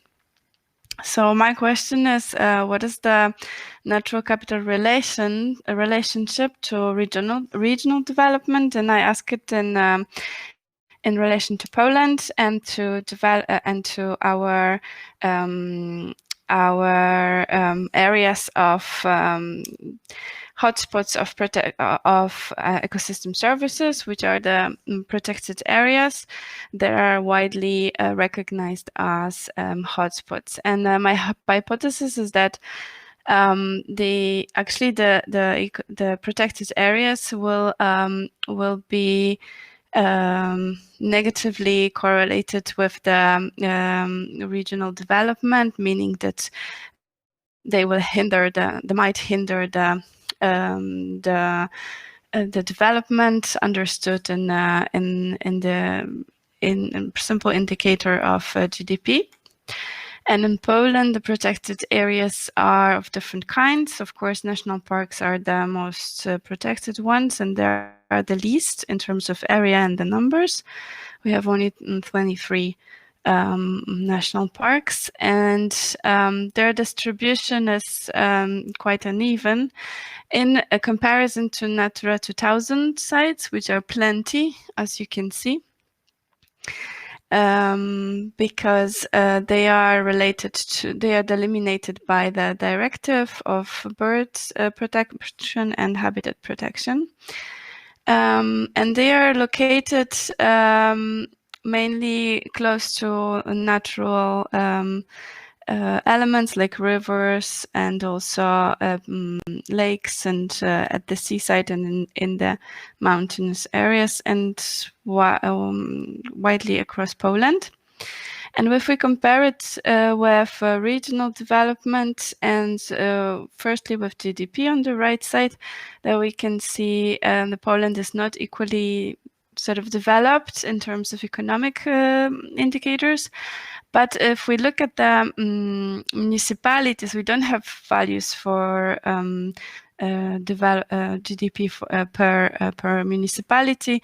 What we have information is that how much of the revenues of companies is staying within the municipality. It's a certain percentage that is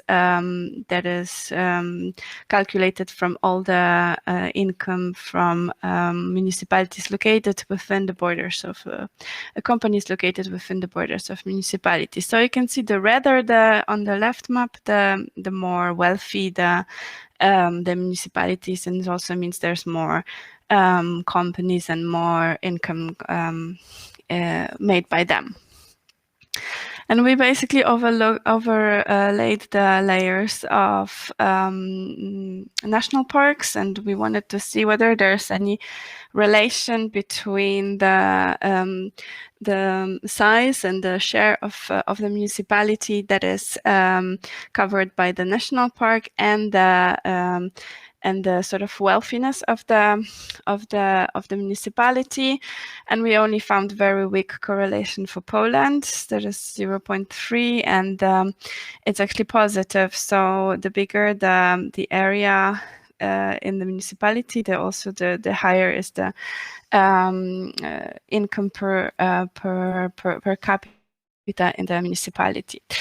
And for the Natura 2000, we didn't find any clear relations between the size of the Natura 2000 site and the development of the municipality. So we are still we'll be looking at the clustering of these municipalities and voivodeships and regions in order to find any relations, because it is a common preconception in Poland, and also in the stakeholder workshops that we ran was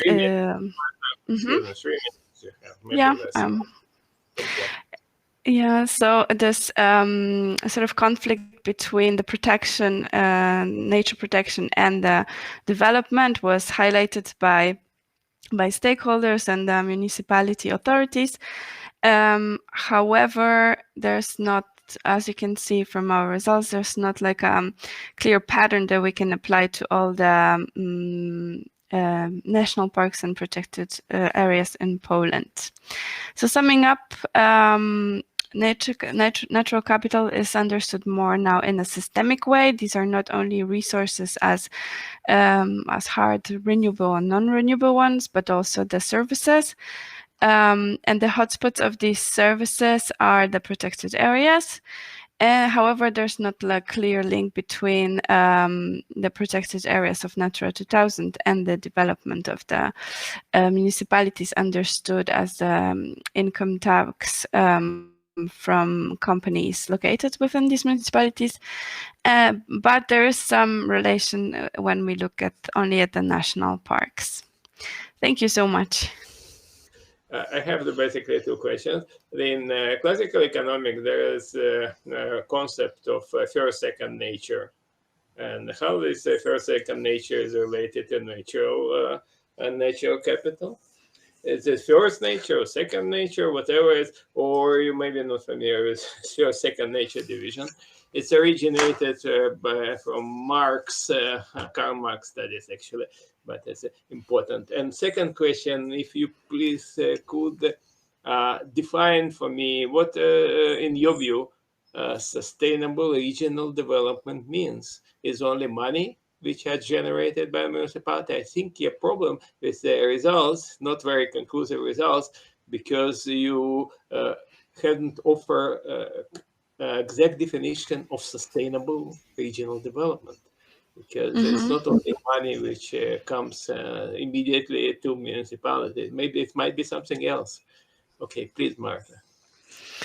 When it comes to the sustainable regional development, it's true that we compared only the financial capital and the natural capital. Therefore, there's also human capital and other indicators that shows us more sustainable part of this development. So yes, indeed, in order to fully assess the sustainability of development, we need more aspects probably assessed by different indicators. So I truly agree. Yeah, for the sake of this presentation, I chose like a small bits and pieces to have one aspect that I will just cover today. And this first question, the first and second nature, I am not super familiar with this concept. Maybe I'm too young. No, that's quite modern. I mean, you need to look at this. Maybe it's the suggestion to just look at the internet. You'll be surprised. One comment I don't have. I just look again if you have any question from the audience, because in the absence of question, I can just. And it's not a question. Basically, what I want to suggest, because sustainable development normally means the process which does not subside.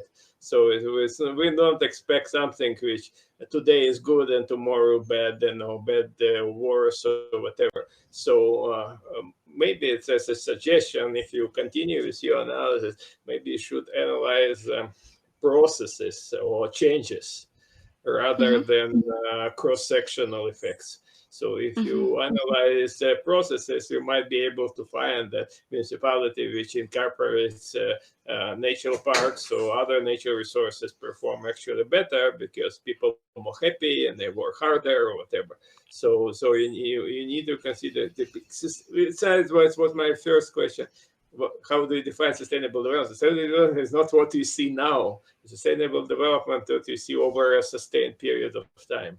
So that's can consider this suggestion for your future research. So it's no need to answer to that, and we actually don't have time for. Thank you, Marta, for your very interesting presentation. And we move to the last presentation of this session, which was done by Miklos Lukovic, changes of connected autonomous vehicles in China. So my name is Miklos Lukovic. I work for the University of Szeged in Hungary, and I'm the principal investigator of the Autonomous Vehicles Research Group at the university. The roots of this research group comes from the fact that exactly 5 years ago, exactly this time in Arizona, Phoenix, I had the opportunity to ride the self-driving vehicle of the Uber and Volvo consortium. And that time I decided to work with it. And I made my PhD in regional science. Then I moved to responsible innovation. And then I decided to merge all of this knowledge in a research group. And now exactly 5 people from the Institute of Psychology and 5 colleagues from the Faculty of Economics are working in this research group, investigating the technology acceptance of the self-driving cars, and we measure it on board. So this means that during the ride. And now I would like to talk about my personal research topic, which is the readiness of urban areas concerning self-driving cars. And you could ask, why is it important to investigate the readiness of cities? Because you may think that we buy a self-driving car, put it in the urban environment, and it will operate well. But unfortunately, it is not that way. Let's talk about the starting points, but first we have to define what we mean by autonomous vehicle, because in the title you could also read that we are investigating autonomous and connected vehicles also. In contrary with the research group topic, we only investigate the autonomous vehicles and the technology acceptance. But in urban environment and in city level, we have to deal with also the connection of the vehicles with each other, and also with the infrastructure and also the technology. And this is defined connected and autonomous vehicles. My first question is a little bit strange, because on the left side of the screen you can see a completely high technology self-driving vehicle without steering wheel, and on the right side you can see a decade-old train from Hungary still operating in some rural areas. And my question is, what is the basic similarity? And I would like to answer this question a little bit later, but if you like to play, let's start to think on the answer. So what is the basic similarity? A little bit about the background. Why the topic of autonomous and connected vehicles is crucial in urban environment. This is a picture which is visible every morning and every afternoon in big cities and metropoles. Traffic jams, noise, and air pollution is always visible and feelable in this environment. And the question is, did former city planners mistaken? So they planned small roads for the cars, and the answer is no, they didn't mistaken, because they optimized the size of the roads for a completely different mobility demand and environment. But a lot of things changed.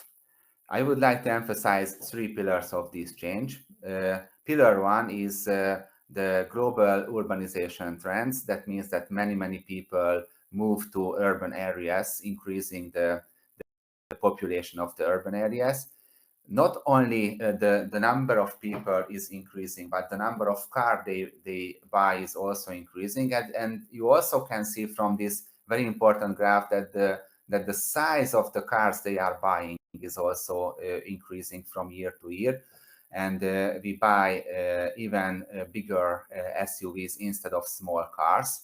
And the size of the same car is also increasing. So on the right side, you can see the Volkswagen Golf from the 1978, and on the left side, its new version. And on the table below, you can see also the right number and the correct numbers of it. So as a conclusion, we can say that these cars kill our cities.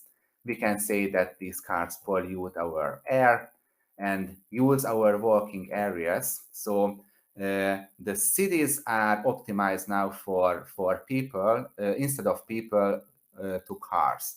And something must be done because here you can see that 95% of the cars are parking and consuming a lot of space and using a lot of space in the urban areas. So solution is needed. What kind of solution can help us? A lot of solutions can help us, but I would like to highlight only one approach. This is maybe, or this could be, the autonomous vehicles and the connected and autonomous vehicles. And here you can see 4 different types of them. On the left side, on the top, you can see the autonomous car, then the autonomous shuttle, then the autonomous truck, and the autonomous groceries, which will be available in our cities very soon, and are test-driven in more than 250 cities already all over the world. So the future is much more closer than we think. And what is the model behind it? As I told you at the beginning, the solution is not that you change your own car to an autonomous car, because in this case the number of cars will be the same in the cities, and the traffic jams could be the number of traffic jams could increase in this case, because you don't want to pay for parking, and in this case you ask your car to move and circle around the city. The solution is in the mobility as a service model, and in which you only use your car instead of owning your car. According to the international research and estimations, this change in the mind of the citizens could decrease the number of cars by 30 to 40%. And if this happens, a lot of problems and new issues and challenges will arise on urban planning level. Let's go step by step. Our problem is we have to face that the readiness of the autonomous vehicle technology is almost ready. As I told you, in more than 250 cities all over the world are test-driven. But if you ask people and urban planners about the readiness of them concerning autonomous vehicles, they will be much less ready than the technology itself. And answering this question is that in urban environment, both the self-driving vehicles need infrastructure similarly to the trains in the rural areas. Trains need railway station and a lot of other infrastructure in the road crossings also. And surprisingly, the autonomous vehicles need also infrastructural developments all over the cities, which has to be taken into consideration, and which is outside the current status quo of the urban developers. Now we have to distinguish the readiness of the cities and the readiness of the citizens on the changes on the urban environment. Let's go with the readiness of cities. First, we have to talk about the infrastructure. Autonomous vehicles need smooth roads, need very clear traffic signs, and so on and so forth. So infrastructural developments must be done all over the cities. Also taking into consideration the mobility as a service issue and cooperation, and also the street redesign. What we mean by street redesign, it is a little bit later in my presentation. But nearby the infrastructure, we have to develop our city environment and urban planning with the technology. As I mentioned to you, the vehicles will be in connection with each other, which is called the vehicle to vehicle. It will be connected with the infrastructure. This is called the vehicle to infrastructure. And the vehicle to X means that everything else which will be connected with these vehicles for connected and autonomous vehicles. We have to develop smart city elements. That means that we can put sensors. Yes, I know. Thank you. I also measure it. And security standards, which are also already available on urban level, and the digital twin solution can also help. And here you can see the street redesign. So if you change our own self car to a mobility as a service fleet self-driving car, the picture of the street will look like this. So once again, instead of this, where 95% of the cars are parking, we will see this kind of streets in the future without the parking cars. And here you can see as a street design that instead of the blue parking places, you can establish green spaces for the citizens. And it is a very crucial issue. How will you understand that change, that the look of your favorite street will change? And here we arrive to my last two slides, that these changes can be measured extremely clearly with the eye tracking method.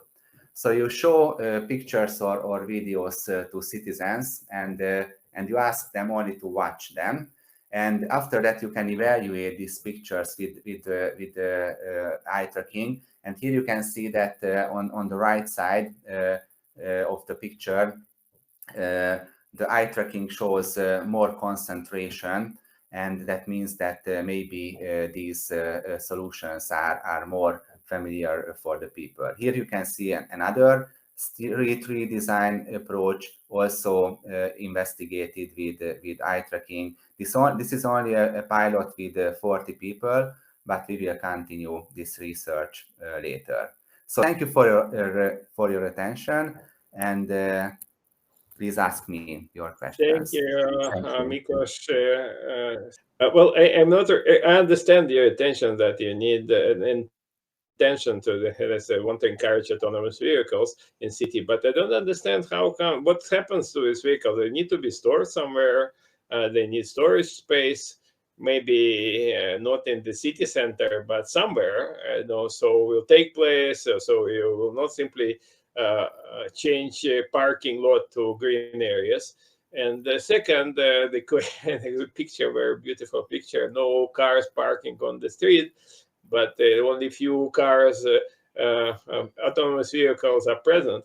So people will stop traveling as a result of proliferation of autonomous vehicles. What's happened? The traffic volume will drop dramatically. People will work from home. What's happening? How do you achieve this beautiful streets without any cars, no movement of cars, autonomous or otherwise? Unfortunately, I can answer in more hours, but I try to summarize. You have 30 seconds.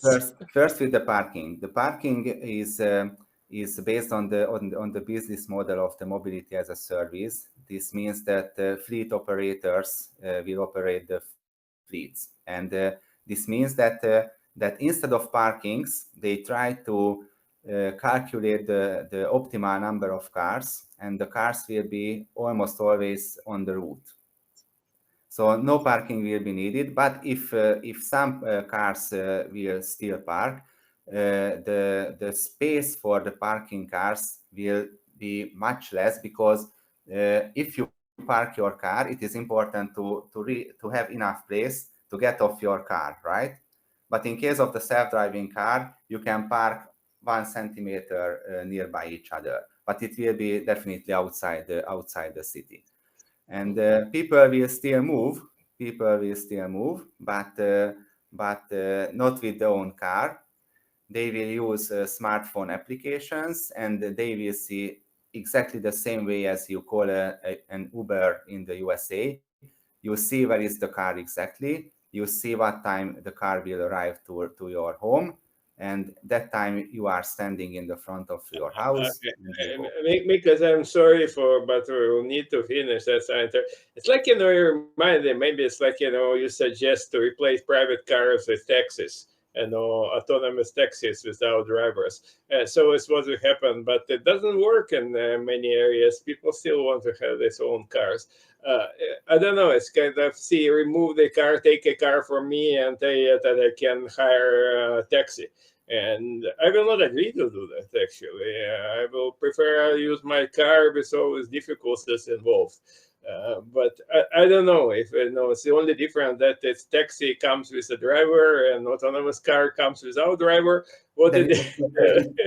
The difference is huge. The taxi comes with driver for much more expensive fees than the public transport, and the fleet operated self-driving car mobility as a service system will be much cheaper than the public transport now.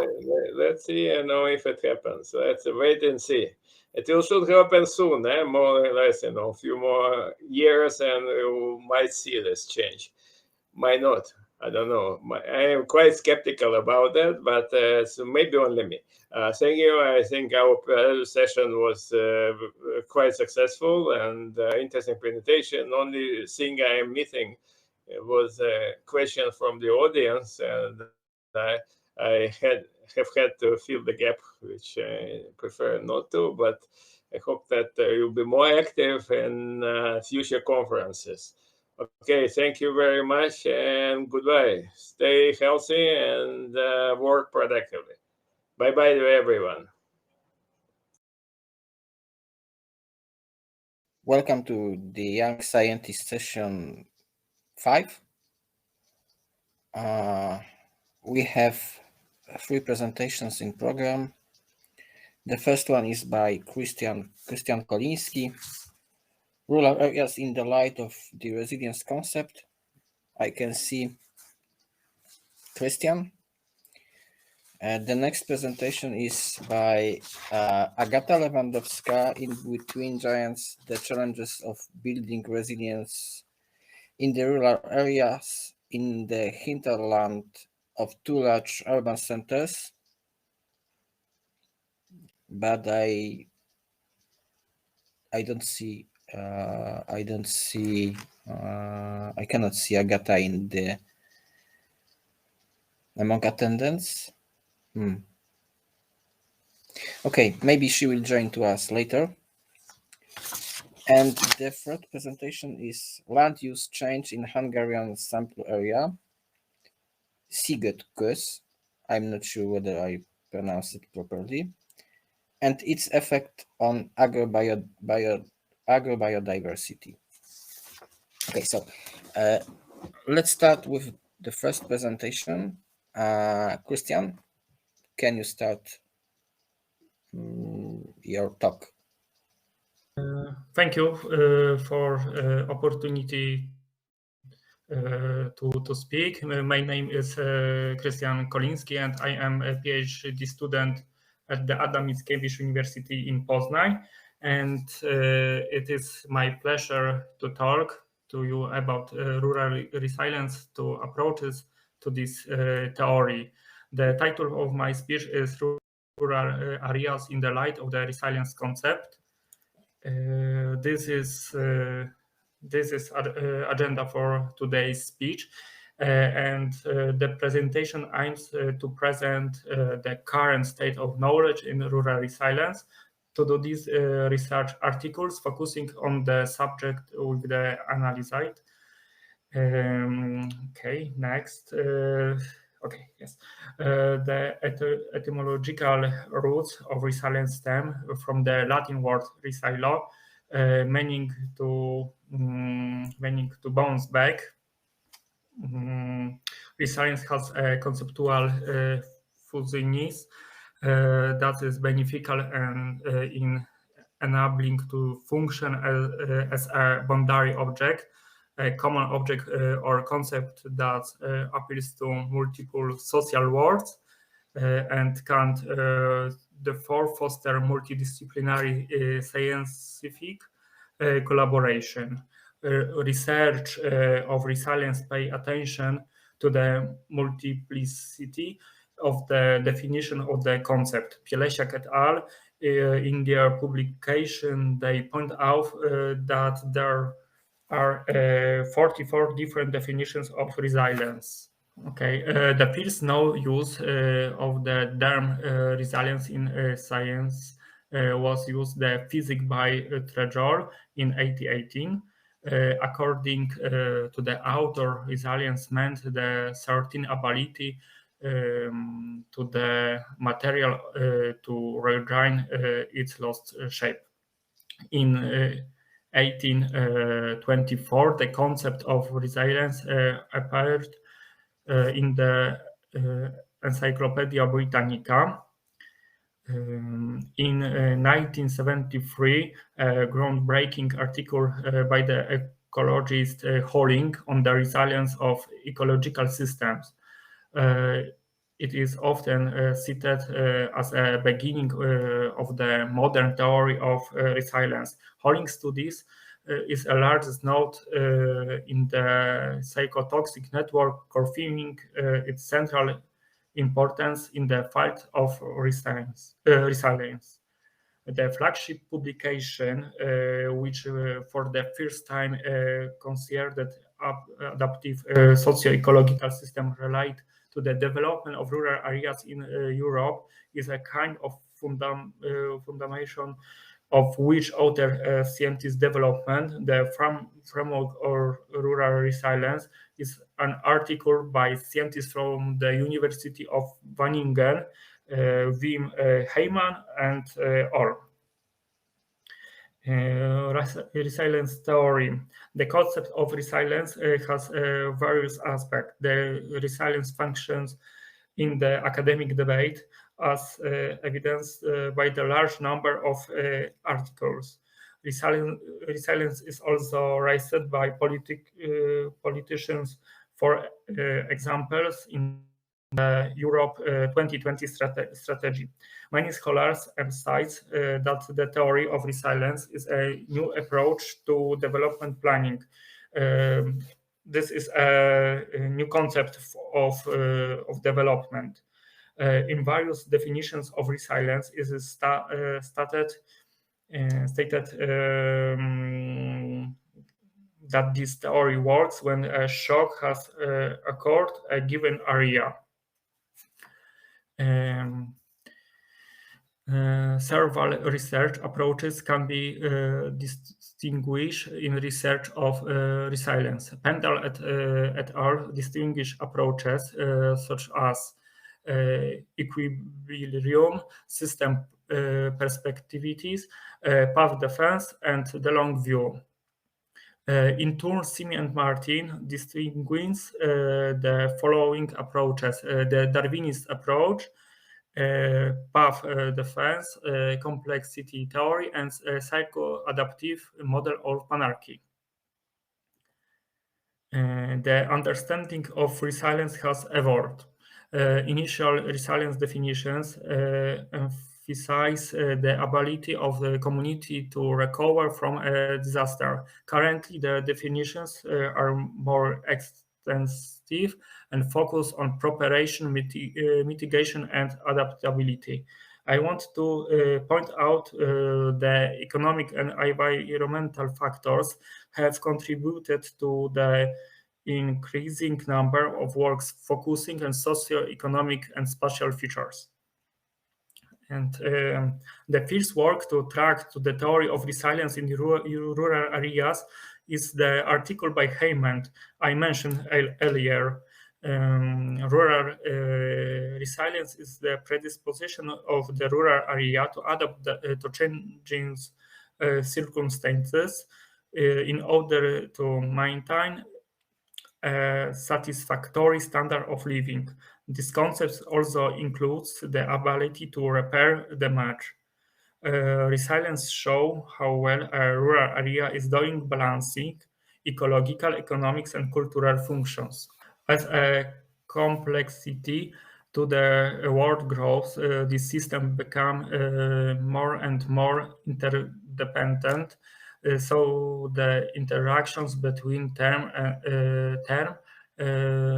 are more intense. It is follows that the resilience on rural areas should be considered at the meeting point, and the interactions of the above mentioned elements, because as a whole they create rural resilience. And Wilson, in his paper,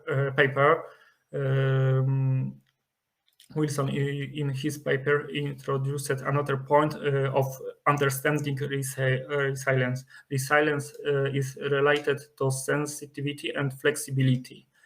It can be tried as a result of a certain process or as a process or dynamic changes relate to the learning of the community and the community's readiness to the responsibility and control to the path of rural development. And rural resilience comes down to the community resilience. Combining the concept of rural resilience with the common idea to multifunctionality. This multifunctionality is understood as a potential of rural areas to perform many functions simultaneously in society.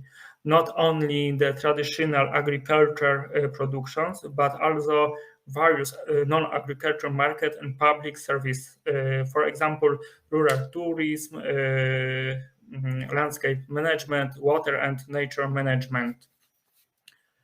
And next, Salvia and Quaranta told community resilience can, in fact, be seen as theoretical framework as well a social process that explains community response to external forces, so economic downturns, natural disaster, or the sustainability first. A resilience approach based on the sustainability and quality of the each component of the socio-ecological system, as well as their quantity, can support development, incivilities, and contribute to long system sustainability.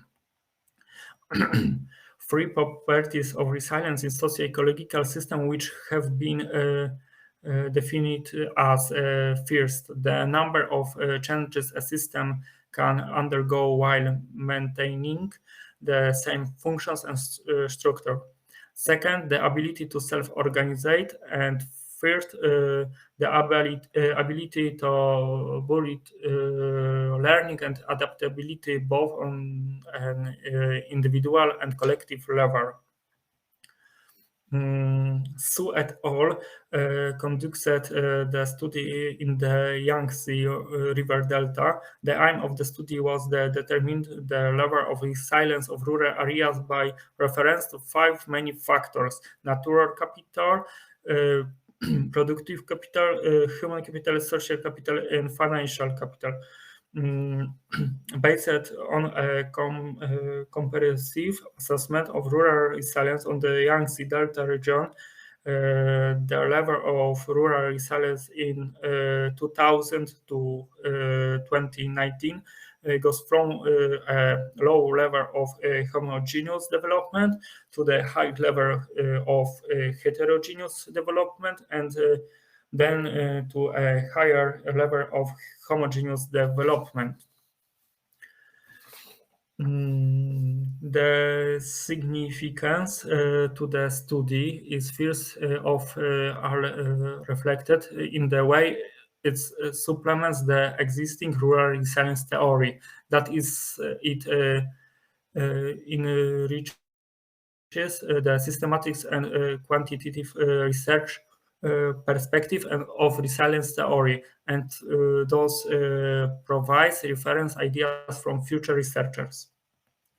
Marzi, in his paper, researched municipalities in Italy. Improving disaster resilience is a key goal of disaster risk reduction and adaptation politics, which require a thorough understanding of the complex interactions between societies, ecosystems, and threats. Resilience is built through a number of elements, including effective preparedness, risk reduction, reconstruction, transformation, enhancing social and economic cohesion, and trust. Indicator-based quantitative assessments are typically used to measure resilience by combining multiple performance attributes into composite metrics. The analysis attempts to measure the resilience of the scale on municipalities by combining a range of social, economic, and environmental characteristics. And the analysis is based on extensive research of social sensitivity and extends the index development by the Italian National Statistics Office, with additional original characteristics relate to coping and adaptability. The ranking of the resilience of Italian municipalities determined by measures of dominance in many aggregation models and weight configurations.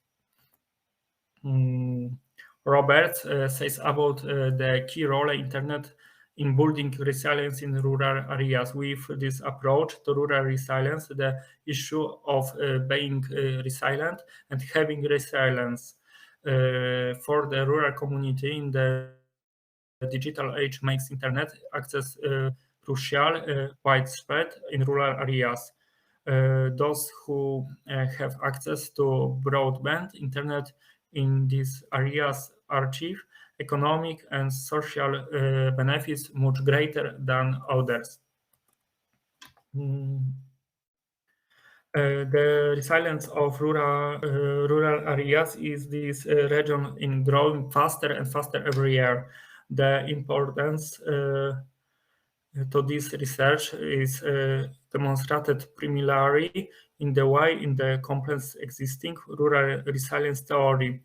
This is enriches the systematics and quantitative research perspective of resilience theory, and thus provides reference ideas for future researchers.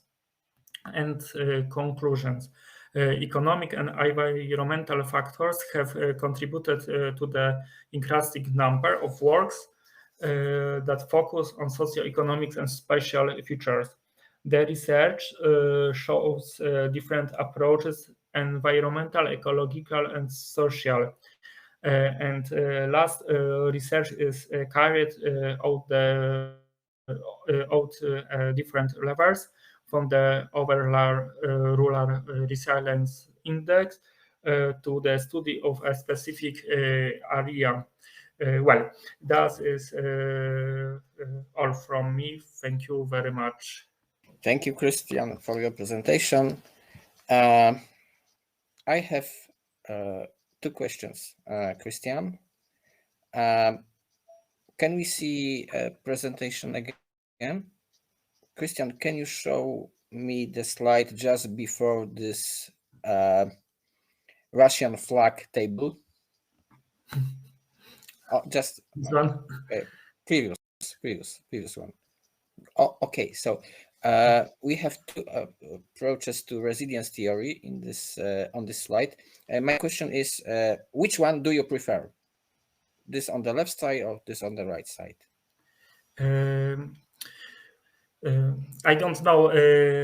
And theory of Pendle and Simi Martin is a good theory, and I think that is used in researches but the first theory is for me better because I prefer the long view, the long view and research from the long time. Okay.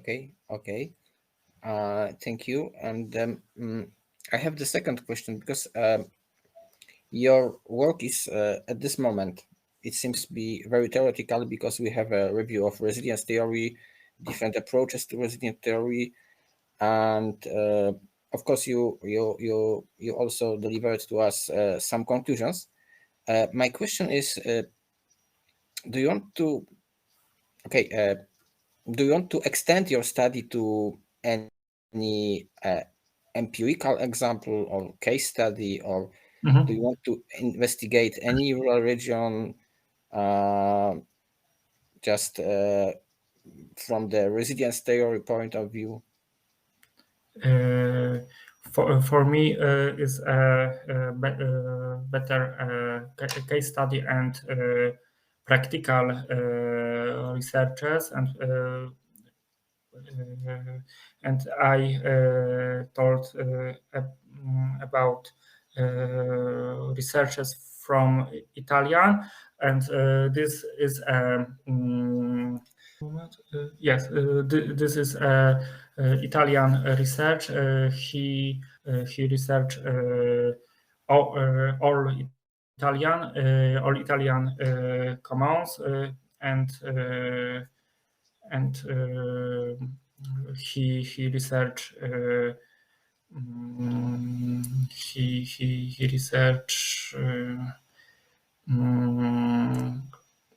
researched municipalities or Italian. This is a rural municipalities. Sorry. And big cities. This is combining of the range of social, economics, and environmental characteristics. Yes, and I think this better path on the research. Okay. Thank you, Christian. I would like to ask next presenter, Agata Lewandowska. Are you with us? Yeah. Okay. Just your paper is titled In Between Giants, the Challenges of Building Resilience in the Rural Areas in the Hinterland of Two Large Urban Centers. Okay. Hello and good afternoon, everybody. So today, on behalf of myself and Dr. Justyna Chodkowska-Miszczuk, I would like to present the results of our research concerning the challenges of building the resilience in the rural areas in the hinterland of two large urban centers. And I represent the Nicolaus Copernicus University in Toruń. And this is how the structure of our presentation looks like. And now I would like to jump right into the short introduction. I think we all noticed how dynamic and unpredictable our world is recently.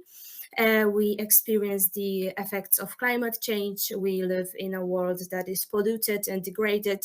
On top of that, we deal with socio-economical changes, such as growing number of world's population, and also the changes on the global markets, the repercussions of Russian aggression on Ukraine. So it's all very dynamic and unpredictable, as I said. And those changes affect us, of course, but also the environments that we live in and the relationships between them. Especially interesting relationship occurs between urban and rural areas. This relationship changed dramatically over the years. In the past, it was very hard to distinguish. It was very easy to distinguish urban and rural areas. Nowadays, it's not so simple, as the rural areas changed. The rural areas that are close to the cities have often a suburban character. So it's changed a lot. And today I would like to talk about how the closeness, the vicinity of urban areas, of large urban areas, are perceived by the locals, by the inhabitants of rural areas. And I will present our research results. First of all, quickly about what is resilience. We talked a lot about it today. So resilience is, of course, the measure of persistence of a system and their ability to absorb changes, disturbances. But there's a lot of definitions of the term of resilience. But in general, we can say that resilience is about flexibility, about being resistant to all kinds of shocks, about adapting to changes, about predicting risks, protecting vulnerabilities, but still pursuing our assumed goals. So resilience is not only about preservation, it's about growing as well. Term resilience can be used, of course, to all type of systems, also to rural areas, and as such, rural resilience is also about adapting to changing external circumstances and about balancing the ecosystem, economic and cultural functions as well. And what is important, especially in the light of our research, is the role of the locals in this transition towards resilience. Their awareness, attitudes, and behavior can shape the way how rural area changes towards being resilient. Now, a few words about the objective of the study and also about methods. So, of course, the main objective is to determine whether the location is in the vicinity of a large cities affects the building of rural resilience. As for the area of the study, we choose a small rural commune, Dąbrowa Chełmińska, which is located in Kujawsko-Pomorskie Wojewodeship between Bydgoszcz and Toruń. As for the methods, we used a number of them, but the most important were SWOT analysis and also combining the SWOT analysis with the analytic hierarchy process method. To talk about resilience in our commune, we have to discuss the geographical and also socioeconomic characteristic of the commune. So, as I said, it is located between Bydgoszcz and Toruń, but what is worth noticing is that it is actually the only commune of Bydgoszcz Powiat, which is located on the other side of the Wisła River. So here Wisła River creates a natural boundary that creates some problems with, for example, communication with the city of Bydgoszcz. As I said, our commune lies between Bydgoszcz and Toruń, but it's actually a bit closer to Bydgoszcz. But as I said, there is a problem with communication because of the river and because of the fact that there is only one bridge that connects our commune with the city. So if something happens on that bridge, actually the closest way to cross the river is in Toruń. What is worth noticing as well is that through our commune leads main country road number 80, the yellow one that connects Bydgoszcz with Toruń. And it's a very busy road because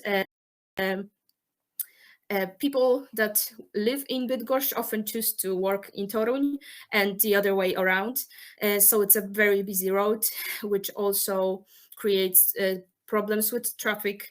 And when we add on top of it the fact that neither Bydgoszcz nor Toruń doesn't really provide a good public transport services to the commune, it makes it really hard for the inhabitants of the commune to get to either of the cities. Now, quick about natural environment. As you can see, a lot of area of the commune is covered with forests, as well as meadows, also protected areas. Actually, forests make up to almost 50% of the commune's area, as well as protected areas also make up for almost 50% of the area. So the natural environment of the commune is very rich and varied and also unspoiled. Now quickly about demographic and social conditions. The commune is relatively small. It was only 1,500 people living there in 2020. About share of the population by the functional age groups, as you can see, our commune is about a little bit more positive share of the functional age groups because it has a bit bigger share of pre-production and working groups. Also, the unemployment is decreasing in the commune, which is also positive. So the commune is, of course, has an agricultural character, but also there's a lot of new businesses locating here, so it's getting more and more of a service commune. And now for the results. As I said, we conducted the SWOT analysis based on our own experience and also based on strategic documents. We had identified 4 factors in each group. In strength, we identified administrative and communication location as a positive factor, also diverse and unspoiled natural environment, cultural and touristic values, growing share of low emission households. In weaknesses, poor public transport, energy safety in general, also road traffic problems, and public services not adapted to the growing number of residents. In opportunities, development of the Bydgoszcz-Toruń agglomeration, also development of tourism, also all kinds functional diversification of the commune, and in threats also the thing connected with communication, which is the breakdown of the nearby bridge, no long-term policy at the central level, the degradation of the environment in general, and climate change effects. At this point, we invited experts to join our study.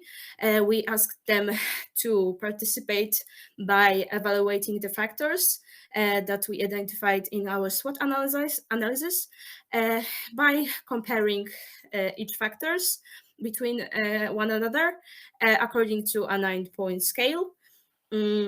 This method was developed by Sati. And about our experts, there were 13 of them.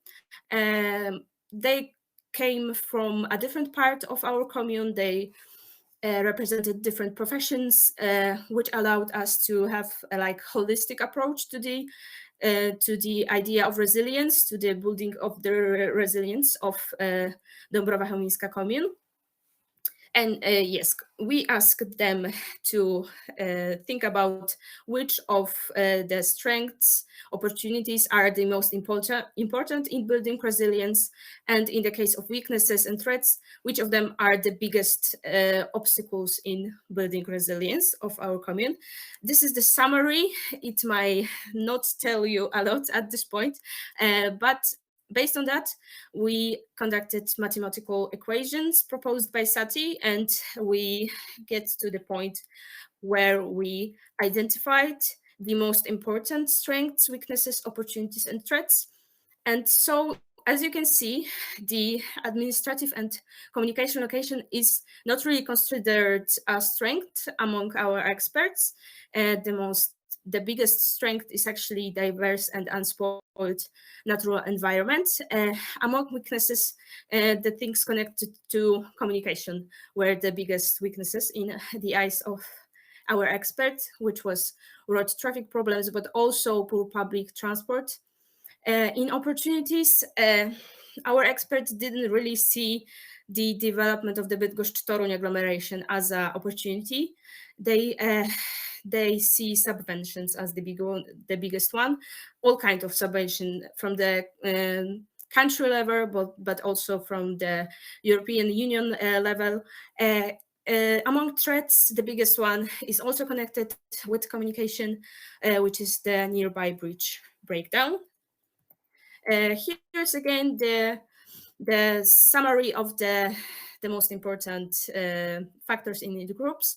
And as for the comparison of the groups in general, in opinions expert, the most important factors for the development of the commune are the external factors, access to the opportunities, and elimination of threats. As for conclusions, as I said, over the years, the relationship between cities and rural areas changed a lot. Now rural areas, especially those close to big cities, have rather suburban character than there are farmlands, for example. And the vicinity of a big city should be a positive factor. And of course, being close to a big city has a lot of positive factors. But as shown by conducted research, is not always perceived like one by residents of rural areas. Research showed that being stuck between two big cities have some disadvantages in the eyes of residents of rural area.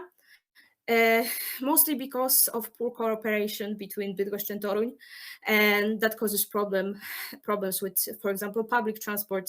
And because of the heavy traffic between cities, it affects road traffic situation in the commune.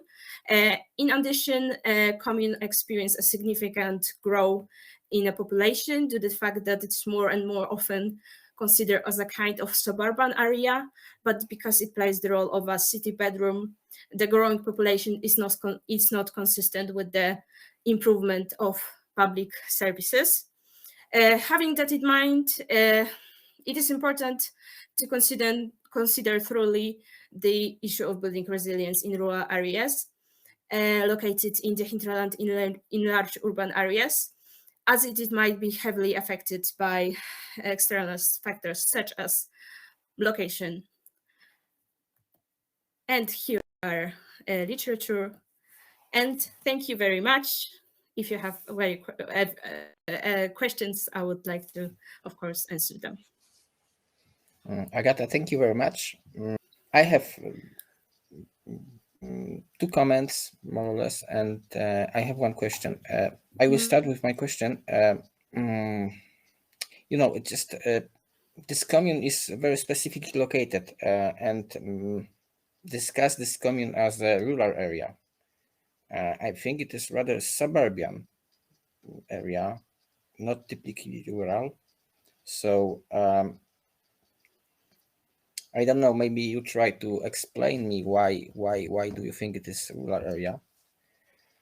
And my comments are, okay, the first is that I'm not sure whether we can do this kind of conclusion if we have only 13 persons in our sample of experts. Yeah, it is really small amount, I think. Maybe you should ask more people in this research. And the third, and my second comment is that if you are looking in the demographic structure of your sample, yeah, we can see that these are mainly people with higher education. So I think these are mainly people who moved from Bydgoszcz or Toruń to this area,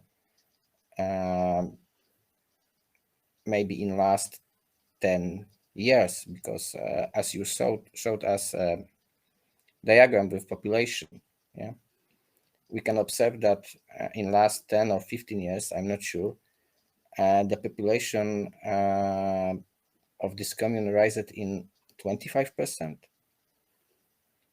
It is not typical for rural areas in Poland. So maybe just try to explain why this area is, in your opinion, it is rural area.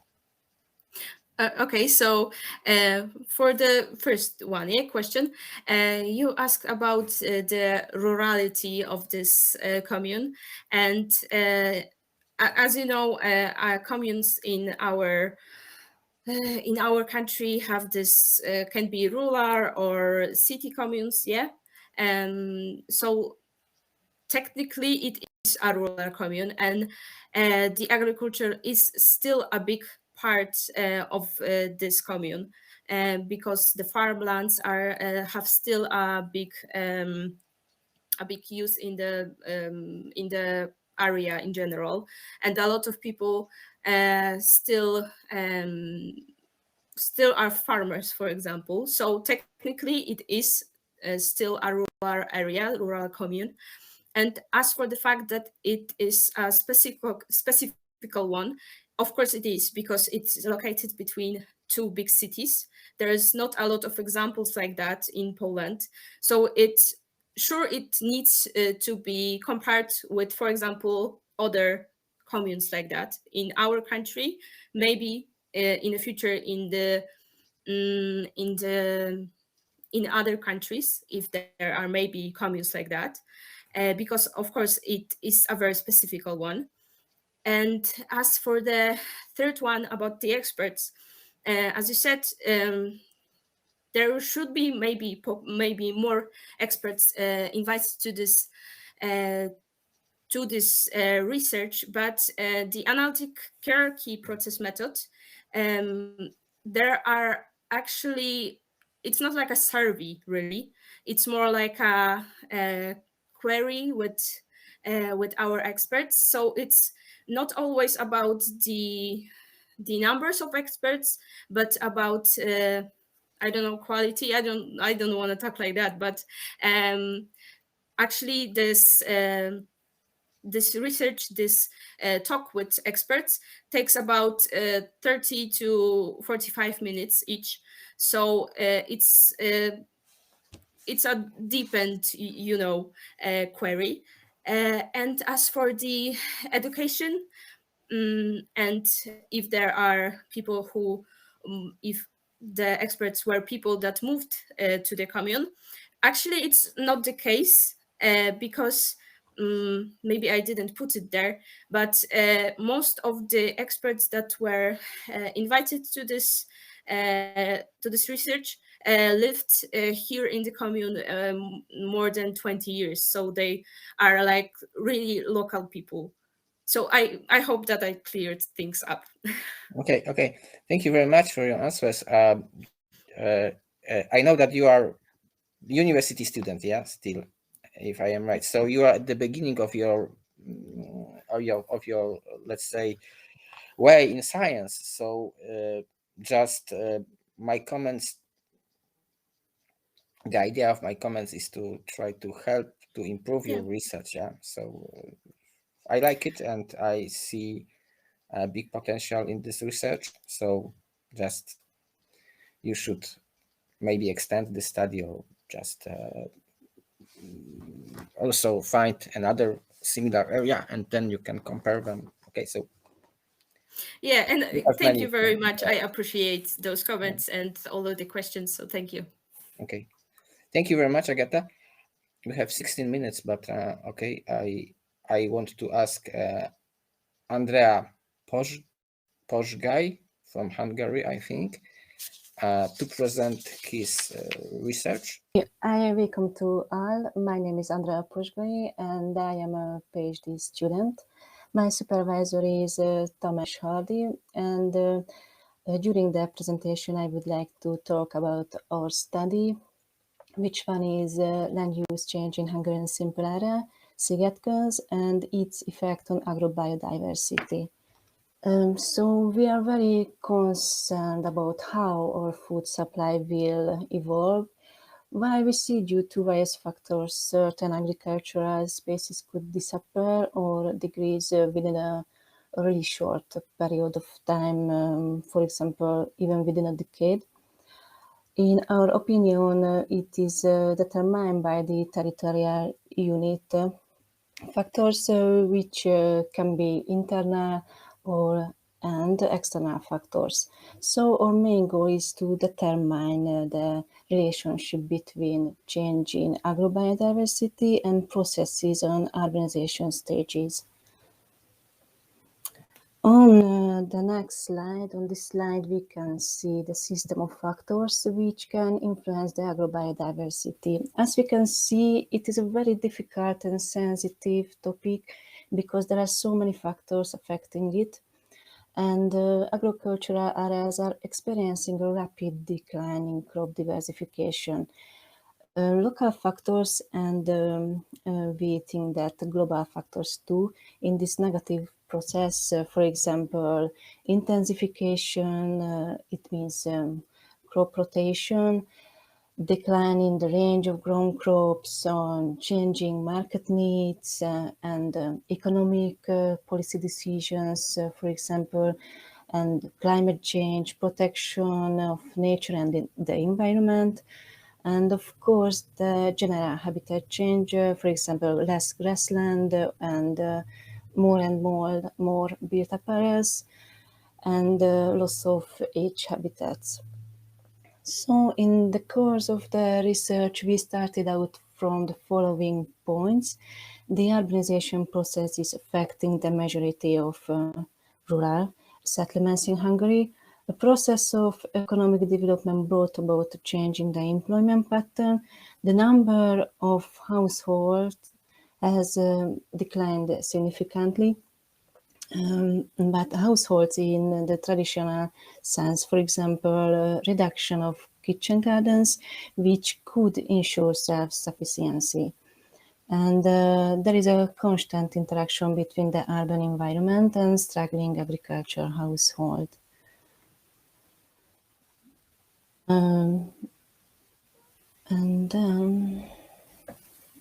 Yes, and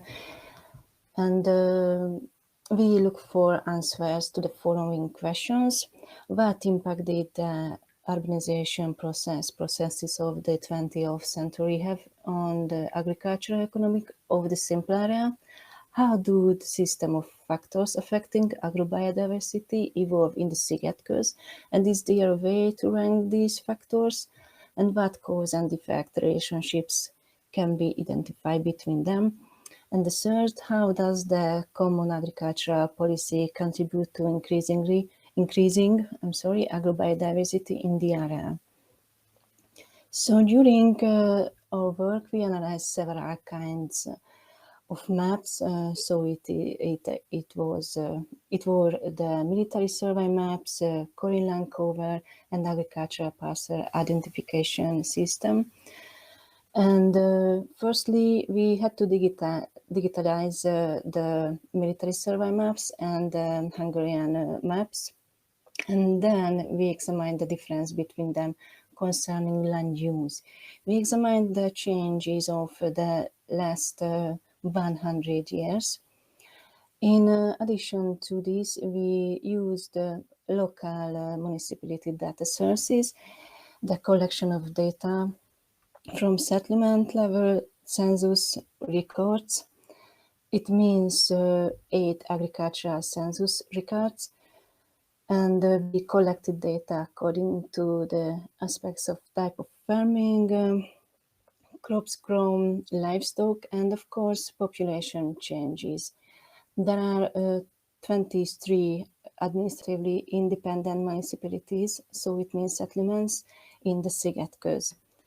And the next, I would like to briefly introduce our simple area. Szigetköz is a small region at the northwestern part of Hungary. It covers of 395 square kilometers, and the area is located 100 kilometers from Budapest, the capital of Hungary, and about 750 kilometers from Poznan. The current population is close to 30,000, and this only applies to the settlements. Data of urban areas, so it means cities or towns, were not included in the current study. That is because we examined the impact of the settlements on the northwestern and southeastern borders of the area. Northwestern cities Mosonmagyaróvár, and southeastern cities is Győr. The small region is a natural area, specific ecology, but at the same time it is an agricultural and cultural region with rich traditions. So on the next slide, we can see 2 graphs about the population of the simple area. The population growth of the area is shown in the graph 1, is on the left, and the right graph shows the spatial distribution of population growth. It is typical that settlements closest to the cities have experienced significant population growth, which can be explained by both suburbanization and the urbanization processes. And next, the process maps show the transformation of the area. By 2018, the built-up areas, it colors red, and built-up areas have increased significantly. Grassland areas have been greatly reduced, and looking at the maps, there has not been much change since the 1990s in terms of arable land. Its extent is significant, and in this size of map, we cannot see really good the change of heterogeneous areas and permanent vegetation. The permanent vegetation includes, for example, vineyards, fruit trees, olive groves, and the heterogeneous agricultural areas are the annual crops with permanent crops or complex cultivation pattern and agroforestry areas. So the diagram shows the distribution of land use in the study area in the last 100 years. The area in black shows in the area of non-cultivated areas, which will be the built-up area in the future. The data imply that areas were constantly taken from natural habitats and agricultural production up to the 2000s, averaging around 5,000 hectares. Furthermore, it can be seen that until 2010, there was a strong decline in our cultivation or land use categories. So regarding the analysis of the crops grown, the area is naturally dominated by cereals and industrial crops. Wheat, barley, and corn are the most widespread crops, but two further crops are also strongly represented. These are the sunflowers and rapeseed. A significant area was still used to grow fodder crops, but these are now found on an increasingly small regio area. Yes, and besides crops, we also looked at the livestock. This segment of agriculture in this area reached its heyday in the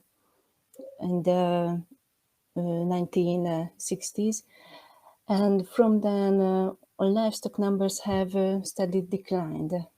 There is a strong decline concerning all breeds by 2010. So from 1895 to 2018, the urbanized areas in the settlements under study have increased significantly. By the area of agricultural land, arable land, and garden, and of course grassland has decreased accordingly, especially in the settlements closer to the cities. This also experienced a strong increase in population. At the same time, the area of natural habitats, forest or water habitats, grasslands, have also been reduced. And looking at the evolution of the crops grown, we distinguished three groups. These are shown in the following slide.